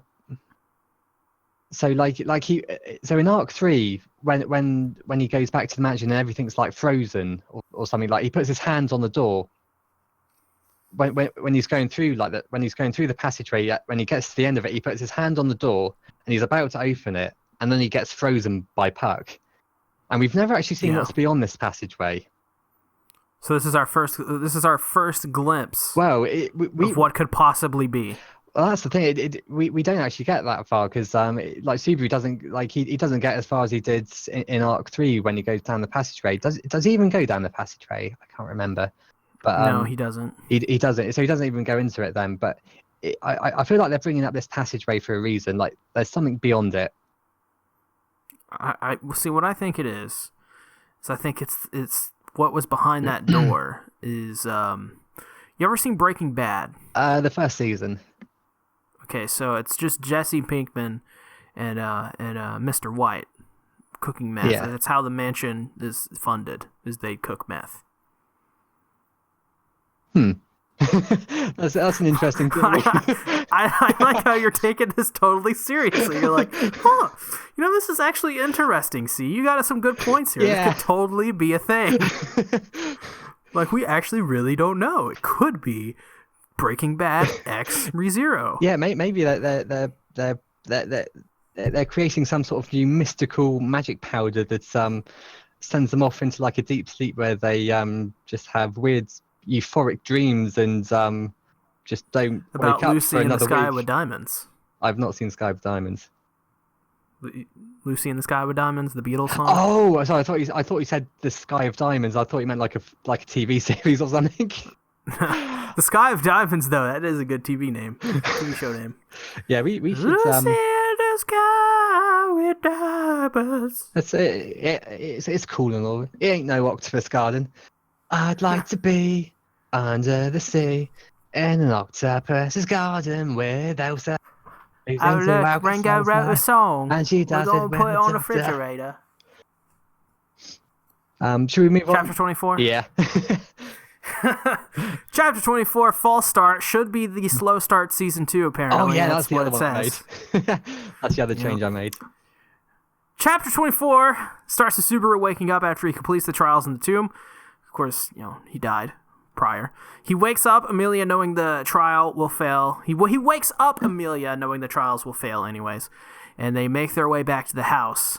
During this, Subaru tries to pinpoint just who would hire Elsa. He questions the royal candidates, but eventually lands upon someone else, maybe someone in their camps, not exactly the candidates themselves. Subaru then asks Garfield to help him with neutralizing the boob problem. Afterwards, they are chatting about Amelia's trials and how Subaru can take them when Otto accidentally spills the beans and tells Amelia and everyone else that they're trying to make her get all the credit. Subaru then goes to Amelia and asks her to get him to take the trials, and she agrees to do so. Then, in a twist, Garfield denies Subaru to do the trial thing. Chapter end. Wow. What a chapter. This was really good. Yeah. So I'm not over exaggerating at all. I thought it was an awesome chapter. Yeah, it was. And the first thing I wanted to talk about, I guess, like the very first thing he brought up was the return of Elsa. So who do you think hired her? Because Subaru makes a good point about like the other so the other candidates to become king. Like when he analyzes their character, none of them seem like the type of people that would be that sort of malicious, if you know what I mean. Anastasia. It's Anastasia. Well, Anastasia. Anastasia helped them in Arc 3. Like, if anyone, it would be like... It doesn't matter. If anyone, it would be politics. Priscilla, but... no, it can't be Priscilla. She's an asshole, but it's not Priscilla. No, Subaru thinks that it could be someone within the camp, and I have a feeling he's right. I think it's either Roswell. I think he's right. I think Roswell is... We have no idea what Roswell's planning. He has such bizarre plans that they make no sense to anyone apart from him at this point. I think it could well be Roswell plotting behind the scenes with some sort of grand master plan, or it could be someone actually at the mansion, either Frederica or Petra. Maybe Petra. Fucking Petra. Maybe Petra didn't know what she was doing. Maybe because Petra's quite an innocent sort of character. Maybe Elsa tricked her, into thinking she was an ally and sort of that way gained access to the mansion. And also you don't see Petra or Frederica there. What happened to them? You didn't see their dead bodies anywhere. I don't know why Elsa would bother cleaning them up really, but did they escape? Were they complicit in getting Elsa there? Why is Elsa there? Is it the same person who hired her to steal the insignia all the way back at episodes 1 and 2? It was felt all along. She finally see. This is what happens Did I say when felt? Felt puts on a shirt. She becomes evil. Well, she does have Reinhard back in her. Maybe all the power's gone to her head. It's I can do anything I want. Strongest. Fuck you, Garfield. I'm 2'4" and 3 years old. Get behind me. Get on my level, son. Fucking deck ya. Scrub. Fucking Liam Gallagher. Know what I mean? Fucking my days, to have 4 people making arty. We'd have our kid over there pouring the kettle. We'd have one kid over there twiddling his thumbs. Maker made him cry. I don't know why we're making Oasis memes at this point in time. I don't know. It's just it has to happen.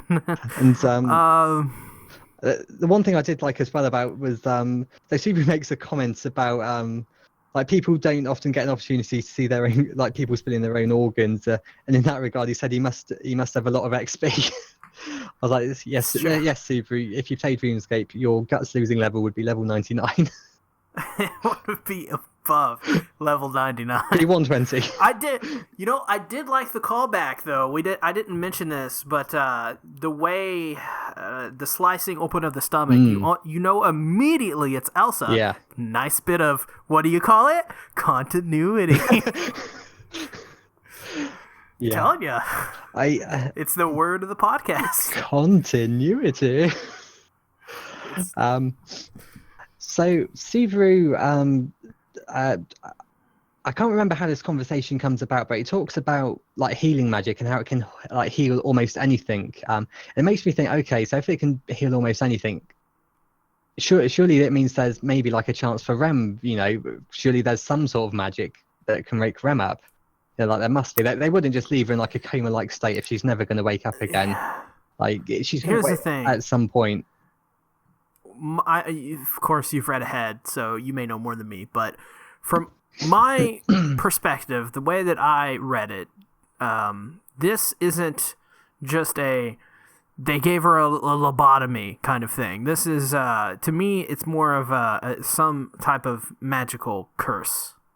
Yeah, it's like an archbishop's authority, like the unseen hand. It's not something that's you're going to be able to remove that easily with a simple spell. But even so, that there's got to be like it says healing like magic can pretty much do almost anything, which means there's some sort of advanced magic that maybe one like some person just sitting on a mountain range somewhere in the middle of nowhere itself, just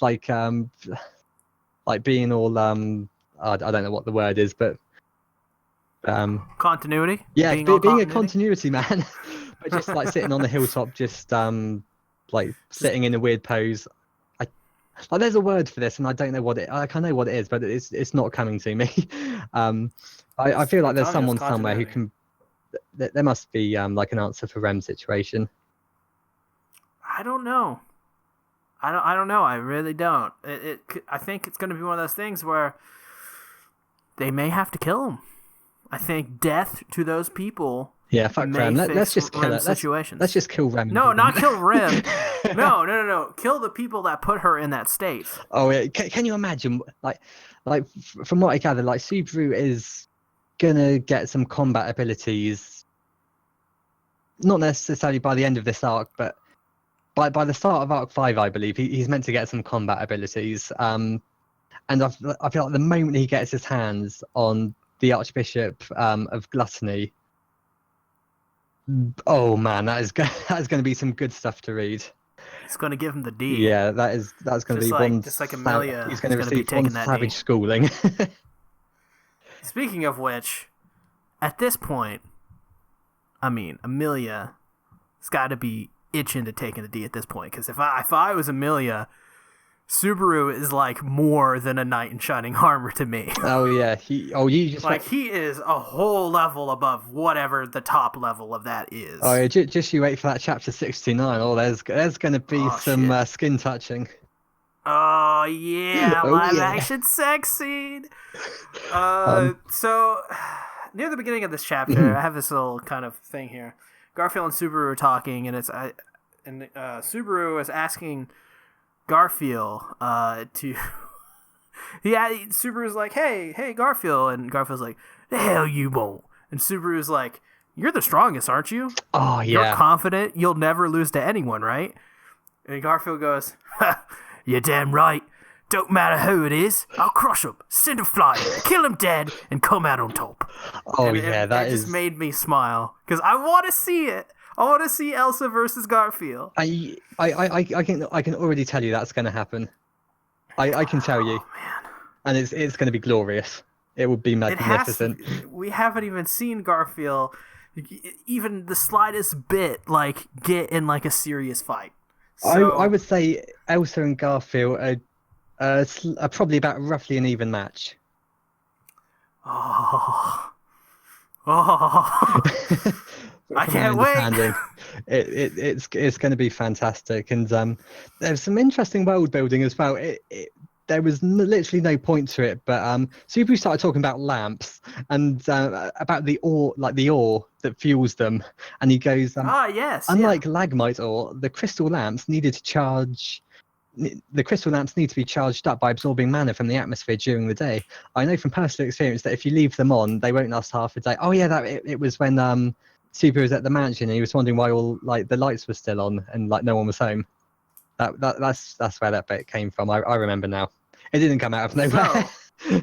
So I think with that bit of tidbit, I think it does come out of nowhere, but maybe okay. So the mansion is powered by these lamps, right? Mm.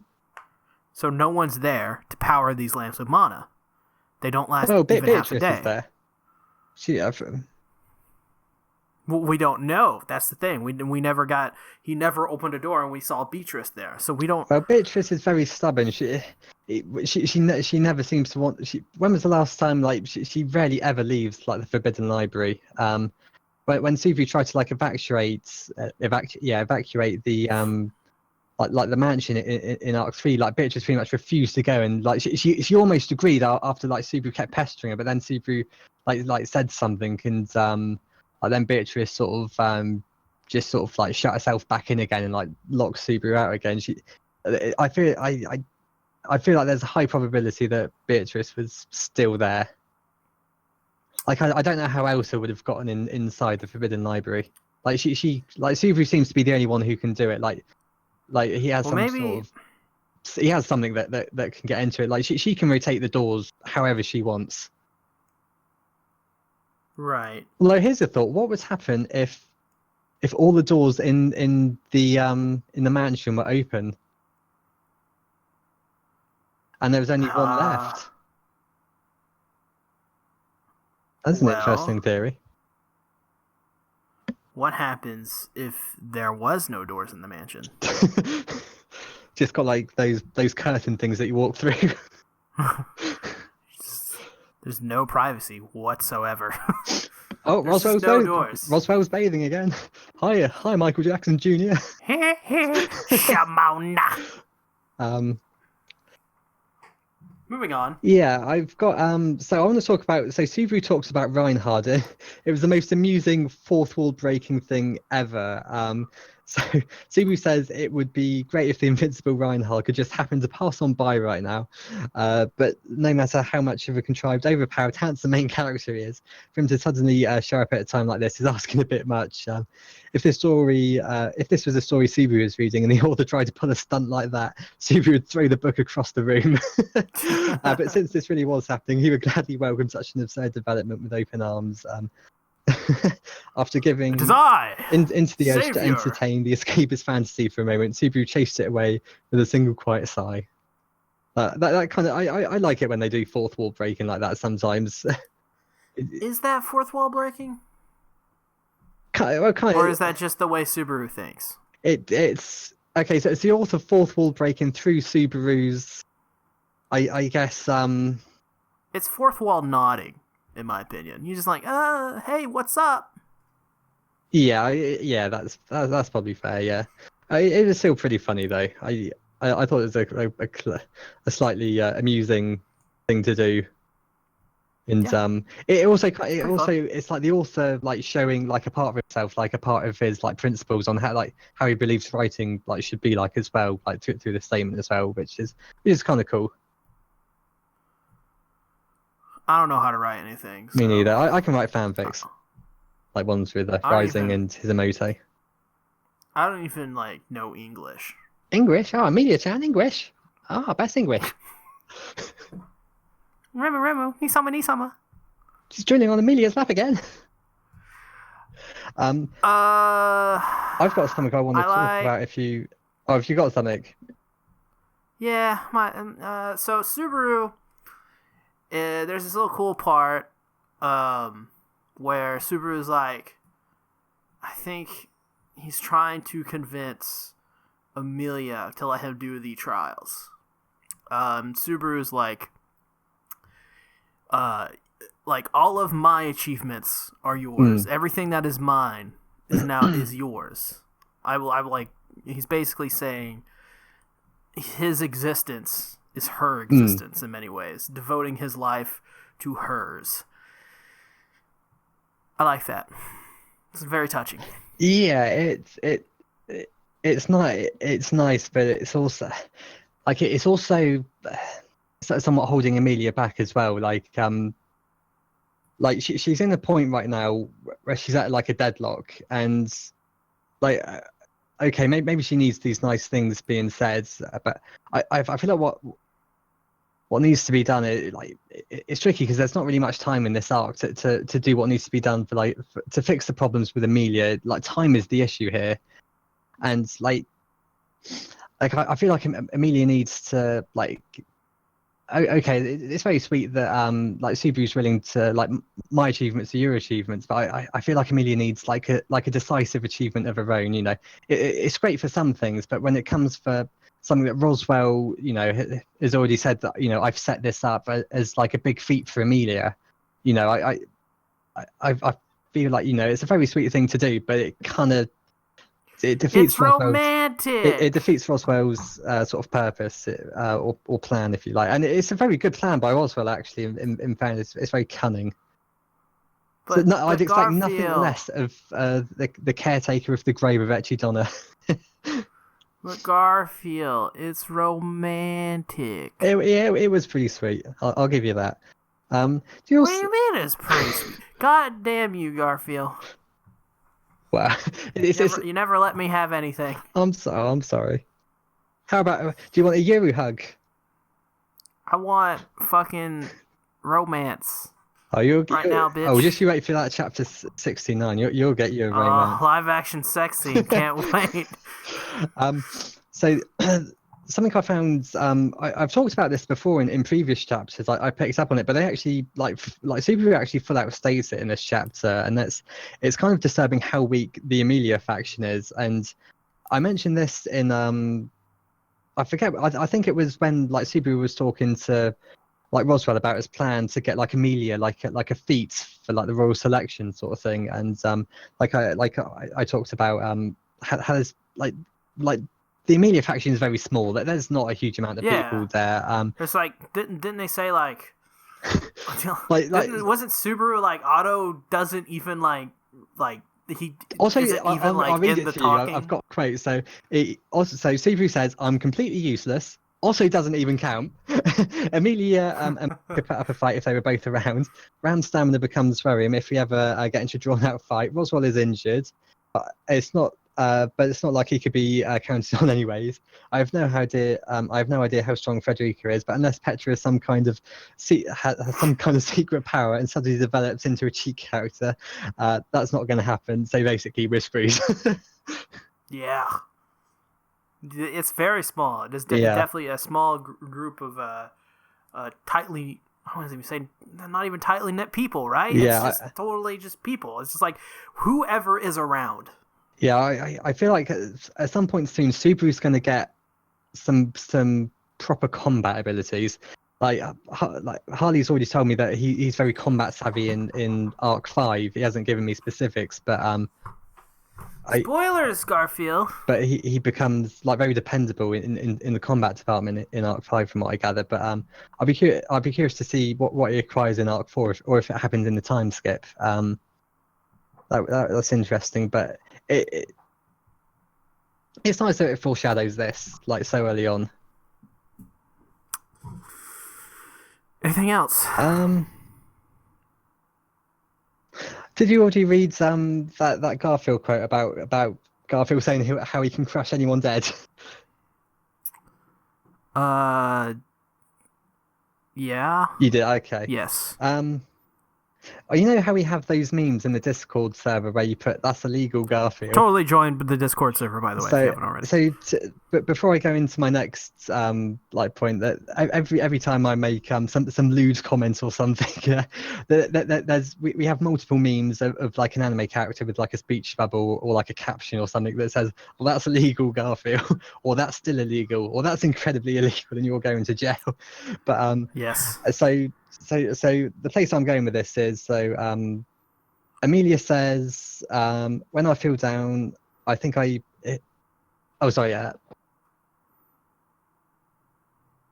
Subaru is basically being a lech towards Amelia. I've lost the quote actually. I don't know quite what happened there, but I've lost the quote. It's not complete. But Subaru's being a lech, and Ram like pokes him with the cane. Yes. I think cane. You may have the quote actually. I know you posted it in the Discord the other day, but for the life of me, for some reason, I've lost it. And I just picture if these characters are in the Discord server, they'd be saying, "That's illegal, Subaru."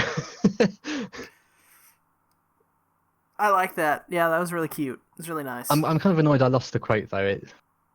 And then afterwards, he's like, I think maybe he was bleeding. Oh yeah, it's like the pointy end of your cane is jamming into my liver area. Yeah, that was great. It's fun. Anything else? Yeah, I like that. So Subaru kind of like wants to like take the trial instead of Amelia, but in this timeline though, we haven't seen like a like Amelia hasn't like failed so many times, and like Amelia sort of stands up for herself. She does like a tiny bit of pride left, and she says like, "Don't try to dupe me. Just tell me what's going on." I thought that was cool. She's not, even though she's crumbling, she's still, her character is she's dead still yet, I guess.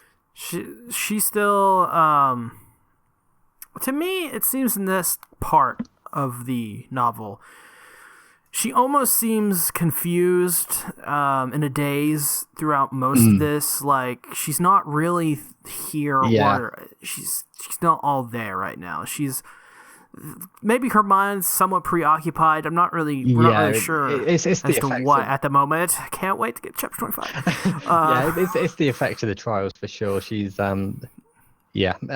think that's pretty much all it is.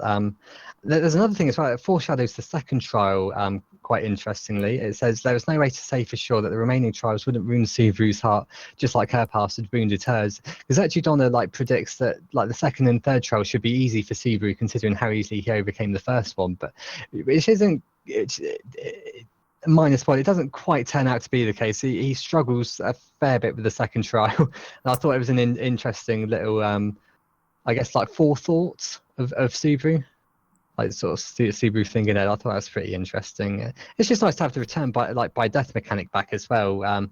Seeing things how unfolds differently. How both times Amelia's a mess, but here's the thing: Garfield's attitude changes drastically, and it's because Subaru is acting the same way he did in the last loop, but in that loop Amelia had failed multiple times and was a total mess for everyone to see, and Garfield had gained a lot of sympathy, and in this loop the trials have only just happened and Subaru's acting like he's Mr. Big Shot and he knows it all, and it's obviously he's almost in a sense he's trying to manipulate people before they've done things sort of they can be manipulated by, and it's something of an oversight for him.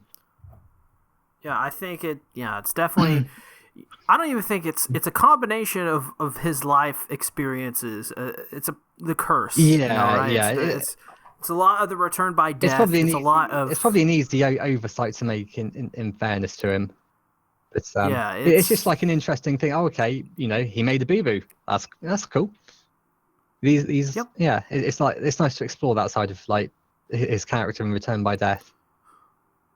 In many ways, besides some certain aspects, Subaru is definitely one of those people that, because of the Return by Death, I feel like he always has a plan for something now, because you have no idea how things can go differently. And stuff like that. Subaru adapts remarkably quickly in this arc as well. It'd be a surprise. He catches on really quick. There's a few moments where he forgets things, one or two things, and or he doesn't necessarily forget them, but he doesn't necessarily piece it all together until he gets that final bit of it's still in the back of his mind, but he doesn't do anything with it until he gets that final bit of information. That final bit of information isn't necessarily thrown in your face, so it's so obvious, but You never see the thought process is what I'm trying to get at. You don't sort of see what's going on in his head until he's got all the pieces put together and he's ready to make his move. Subaru is a cyber sleuth. He's a Terminator.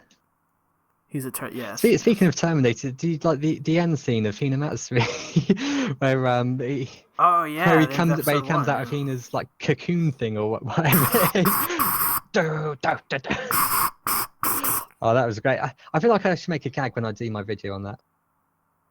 Speaking of which, go subscribe to Slice of Life Senpai and tell Garfield to release videos now. Yeah, I haven't made any yet, but I'm in the process of making notes for Hinamatsuri First Impression. If anyone's interested, maybe not. Ready to move on to chapter 25? Yeah.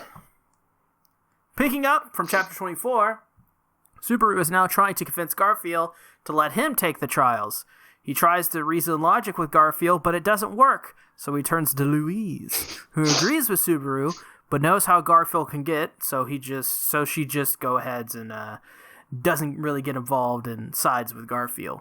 This leads Amelia to believing she has to face the trials, and she is adamant about it until Garfield makes a comment. This unleashes Subaru's primal rage. For the very first time in a very long time, we get to see it. But just as things get heated, Amelia makes herself known. Amelia asks Subaru if he knows about her past. Amelia then starts to mutter out loud things, and Ram knocks her out. Almost similar to, by the way, just as a side note, so I don't forget, Similar to how Satella with Echidona at the end of the trial with Subaru. It's kind of similar to that, where they kind of both ramble incoherently. They then agree to go to Roswell to see if they can get permission to take the trials. Going to Roswell, I kind of did a little redundant thing there. Subaru gets the go-ahead to do it after Roswell speaks with Garfield and Luis. But Subaru, did that sentence even make any sense? Doesn't even matter. Let's move on. But Subaru then asks about Amelia's past. Turns out, 90 years ago, Amelia froze the whole great forest of Elior and all of its people and living creatures. And that is where chapter 25 ends.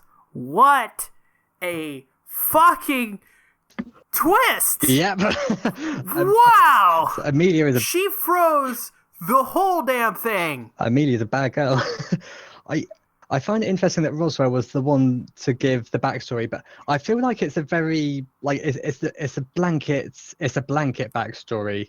Like I said, I think I said this before the podcast, but I'll say it again sort of for the sake of the viewers. But it's kind of like saying in Berserk, like Guts and Griffith had a falling out. You know, it's so kind of like vaguish along those lines. It's from what I get. I know I mentioned like in like 2 chapters ago about like the person who left a comment saying Amelia's backstory is very bad would be an understatement. So I think from Roswell we're only going to get so much. We're going to sort of see or hear the rest from Amelia herself, or sort of like see it through the trial. Even we might even see like Amelia's trial. Who knows? I mean, this is a crazy way to end the chapter. Yeah, that was I mean, it was... Wow. No wonder...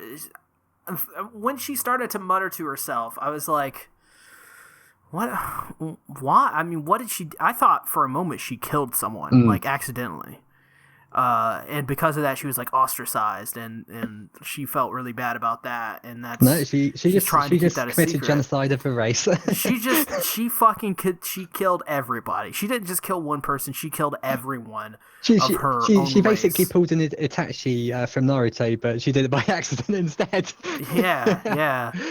And wow. The thing is as well, like how hard, how gentle and like genuine Amelia is as a person, and like how hard she is on herself just in general. So like this must just like eat her up inside. That you can just imagine how bad that trial must be. You could not. How do you get through life knowing that you did that? Like you couldn't, right? Yeah. You literally killed not just millions of people. You've killed every living thing in that area. Yep. Trees, plants, animals. It's gone. And it's because of what you did. Here's the thing. And you're alive. We don't know fine. what led to the forest being frozen though. Was it like an evil, did some new person or thing come into the forest that that had an adverse effect on Amelia? Perhaps there was. Okay, so we know Amelia is around 90 years old, right? Perhaps if things had been left as they were, the forest may not have been frozen. Well, we know how old Amelia is, around 90 years old, right? Correct? 90 to 100. It's a bit. A little bit vague, but we know generally her age. Mark, I guess. So when this happened, she's already... she's portrayed as a young teenager, right? 17, 18, 20, around that age. So we don't really know how age progresses with half-elves and elves in general. So I think could she have been a kid when this happened and she was duped by something? I believe so. I've seen... So the people I follow on Twitter, like Crunchyroll often retweets... hold on, no spoilers. It's not really a major spoiler, but so when no spoilers, none. It's not a spoiler. No spoilers. So Crunchyroll, not even the smallest. So Crunchyroll, not even like just a little bit. None. Fine, I won't say anything. The podcast's over.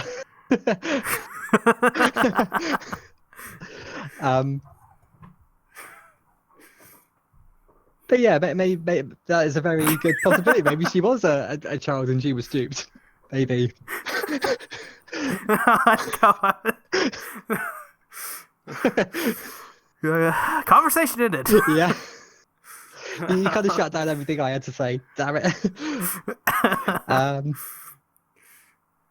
I really felt like sorry for Amelia as well. Like so like Subaru like really crushed like Amelia's spirit after just like the one trial. If you think that she's only done the trial once, and like how Subaru like is acting like it's she's failed like 3 or 4 times, but like Amelia goes like, Subaru, even you don't think I can do it. I know I let you see my useless side, so now you're thinking you can't leave it to me. But unless I face these trials and overcome it, I'll never be able to overcome my past, or I'll never be able to become king. And like Subaru says, like, you know, tries to encourage you and says, you know, you'll have like other opportunities to do this, but like to like prove yourself and do things. But like Amelia says, isn't this one of those huge opportunities now? And you know, if she looks away from unpleasant things and keeps trying to away, then what will she become? Here's the thing about that. That could be the big opportunity. Devil's advocate time. Ain't no way she's overcoming this. Yeah. There's only one way to overcome it, and that's undo the effects. And that's impossible. They're all dead. Not necessarily. So do you remember last chapter we talked about how so Subaru wants to do for Amelia what Rem did for Subaru? Now if that happens, and Subaru somehow does some god phenomenal job and actually makes Amelia see the light, she could potentially overcome them. But potentially. I'm not saying it's going to happen, but it could happen. But you have to, like you said, genocide of of her entire race. You can't. That's not something that. See, here's the thing about the trials. They don't have to. They actually, Donna said they're not necessarily to be overcome. You have to come to you have to come to some sort of conclusion about your past. You don't necessarily have to get over your past. Like you just have to like. You can walk away from your past, but it has to be like a choice. You have to decide for yourself. You know, it's not like the trials aren't something so like black and white that you have to overcome them or you don't. It's not about overcoming the trials. It's about like I guess finding an answer or accepting that's who you are. Or something. I'm kind of explaining. Actually, Donna did it really well in her speech, and I get what you're saying. I'm not explaining myself well, but it's not like black and white. Here, I get that, but there is, in my opinion, how do you overcome or even come to accept that you did that? How do you live with yourself? There's no way that Amelia thinks that she can just. Okay, but it's not about living. The trials aren't necessarily about living with yourself. Like, how do you? Well, it's not even the trials. It's not even the trials at that point. It's just she did this, and there's no. Even if the trials did not exist in this world, you can't overcome that. And you shouldn't. I don't think you should be able to overcome that. You changed the world forever. You've eliminated your own race. I'm not saying like you know it's something that should be forgotten about. You know, it's something she'll obviously have to live with like the rest of her life. It's not something that should like okay, it should define her existence to some extent, but it shouldn't have a look at, you know, looking back in fear and terror every few. She has to, you know, she has to have the courage to at least use, you know, the terrible thing that she's done to make something better for the future. Right. But to expect anything to come of this, in my opinion, knowing this, no one should have sent her into those trials. Because there's just... Who could pass the trials knowing if I did that, if I eliminated the whole half-elf race and I'm a half-elf, I'm not taking the trials because I can't overcome that. There's no way I can come to accept that, overcome it, even a little bit, even a small percentage of it. There's no way. Like, it's too much of a burden to be even able to comprehend what you did. And that's why, and even Amelia can't really comprehend it herself because she goes into this manic state, right? So, why even go down that path in the first place? Well, that was Roswell's intention, wasn't it? Roswell wants Amelia to overcome, and he's the one who knows about it. You know, he's the one that told Subaru. Right? Yeah. So he must have some sort of plan. He has his what's that book from the witch? He's got the gospel that those witches cult members. Like, you know, he must know something. Like, he wouldn't just create this situation where he's brought Amelia in to do the trials. He didn't even know Subaru could take the trials at that point, so he brought Amelia in to do the trials, and he's not going to bring her in because she's trapped there now. Like, Amelia can't leave until the trials have been completed. He must have some sort of plan, you know. So, knowing that now, what if that is his plan? What if he knows she's going to fail? Well, that doesn't make any sense because Roswell's whole plan is to get Amelia on the throne to slay Volcanica. How can he slay Volcanica when he can't get Amelia on the throne? When he can't get Amelia on the throne if she's stuck in the sanctuary? You make a good point. What if that's a red herring? What if we think that's what he wants to do, but there's something else. There's always something more with Roswell. That's the thing. Exactly, and that's kind of what I'm getting to, is that we don't know what this man wants, what his intentions are, from chapter 1 to chapter whatever, and now we're at this point in the story, and I don't even know why he would. To me, it just wouldn't make sense as to why you would send her in to do that to get all the credit anyway. So knowing that she had this terrible past, I mean, just using a little bit of you can't pass it's how do you pass that trial? I don't know, but it is quite possible that she may not pass the trials though, and not necessarily because she can't pass the trials or that Subaru can't, save her and do for her what Rem did for Subaru. It's more the fact of time and how much time they have, and how quickly things are going to go to shit in the sanctuary from the point from the point of after the first going into the first trial. So what if passing the trial means accepting that she can never pass the trial? That would be a way to do it. Still, that would nah. We've talked a lot about Amelia. How would Roswell even begin to know something like that though? How? Oh, you have no idea how much Roswell knows. He is the core of ReZero. He is so important and integral to. You're the core of ReZero. Oh, thank you, darling. But oh god, he is he's as cunning as actually Donna, if not more so. I'd say he is.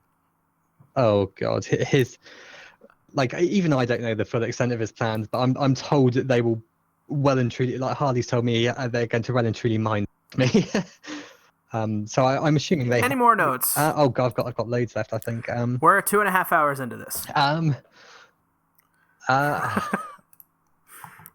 Yep. We're actually over 2.5 hours. Wow. Okay. I may not. I feel like some of these comments we talked about to some degree in what we've talked about so far, but after the comment, I already talked about that last time. Solution.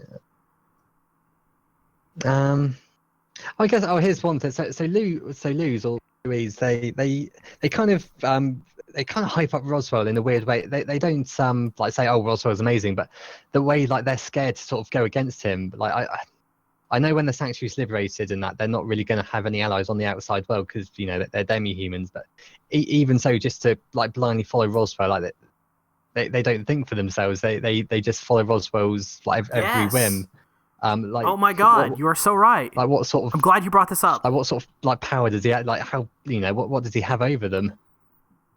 Exactly. That's what I was wondering while watching this. Fuck Roswell. He's stupid. I hate Roswell. He's such, like I feel like so much stuff in these ever would make sense if I knew just what Roswell was thinking. Yeah. Yeah, at this point, I would 100% agree with you. Like, this guy's a mystery.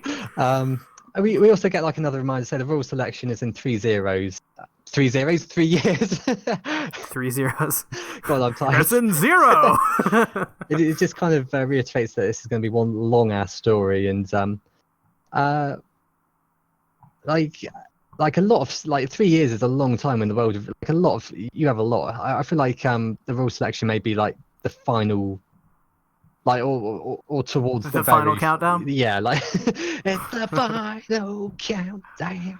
But like towards like the very end of it, at least, like of the story, like from what I gather, it's meant like the story's meant to have 12 arcs. So I'm guessing around like arc 10 or 11.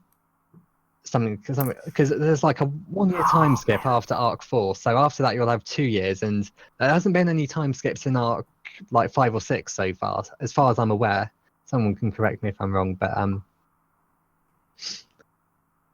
also, did you know? So Garfield's hostility when he comes back. At first, you sort of attribute it to like the way Subaru's acting, like he was in previous loops, because they've all seen Amelia fail time and time again. But like in this loop, she's only failed once, and Subaru's acting like a know-it-all, trying to lead everyone and whatnot. But I feel like there's something like there's another reason why he's sort of doing this. Like Garfield gave him a look, and it's described as something like a look that Garfield deems him. Damn, I've lost the quote now, but he gives him a look like someone killed his parents or something. Yeah. And I feel like there's more like. So do you remember when in Arc 3? So when every time Subaru like died in the mansion, like Rem would mention the smell of the witch. Yes, I do. Yeah. I'm wondering because these people, because Rem's like a is she a demi-human? She's some demi-demon or something. She's like a half demon or something. I don't know, but she's definitely not human, not fully no. at least. I mean, it's not clear either if Ram is affected by like the spell of the sanctuary either. But I'm curious, does like Garfield or someone sense the smell of the witch? Because if they're demi-humans, so. it's quite possible they have like heightened smell. No, I think they totally do. Now that you bring that up, I think no one's bringing it up because you don't speak the name of the witch. Also, Garfield mentioned is like he hates Roswell's. Like speaking about I know we're talking about like them being I guess scared of Roswell or under Roswell's thumb. Like Garfield mentioned or Roswell mentioned that Garfield isn't a fan of him. So so I think Subaru and Roswell are talking. I forget what the conversation was about, but Roswell says. So I'll read what Roswell says. So he says, "So that's where I come in. Is that correct? I will speak to Granny Lou's about Garfield. Although it seems Garfield dislikes me as well, so I'm not sure if I could convince him. I'm wondering if like Garfield's quite an angsty character. So I'm wondering if, and he's got like a lot of power to back his angst up as well, and like the rest of them, or at least what we assume. So maybe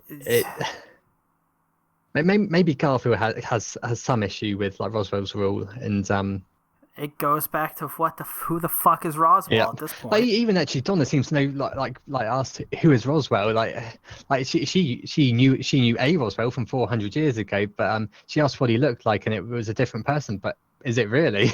It's oh man, what if it is the same person who's just body jumped a whole bunch and he's like hijacked the voices of the Roswell family for generations? He's to sort of create, maybe he's using Ram to like create children that he'll then like body jump to like continue his existence. Oh god, can you imagine like that? That would be crazy. It'd be insane. There'd be I don't even know.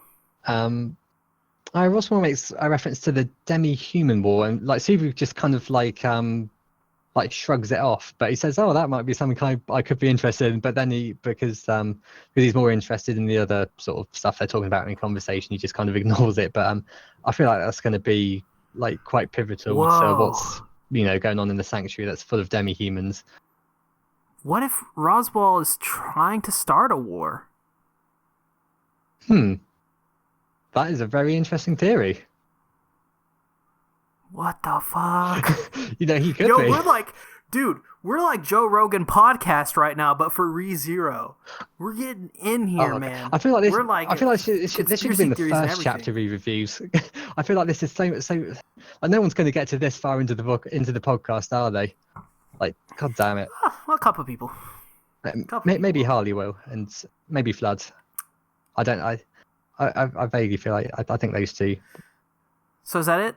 Are we good? Let me have a look. Amelia's worst mistake. We already talked about that. Someone left a funny comment in the comment section. It's not like a spoiler. It's just it's basically it's a funny comment about how Garfield is a tsundere. So it says Garfield only offered the proposition last time because he saw Amelia broken down, and since he's a hot-headed guy who follows his emotions over his head and agreed to release the villagers and let Subaru do the honour of finishing the trials. Think of Garfield as a tsundere, crunchy on the outside, juicy on the inside. It's not like I wanted you to take the trials, Baka. Baka Subaru. It's not like I wanted to be the strongest or anything.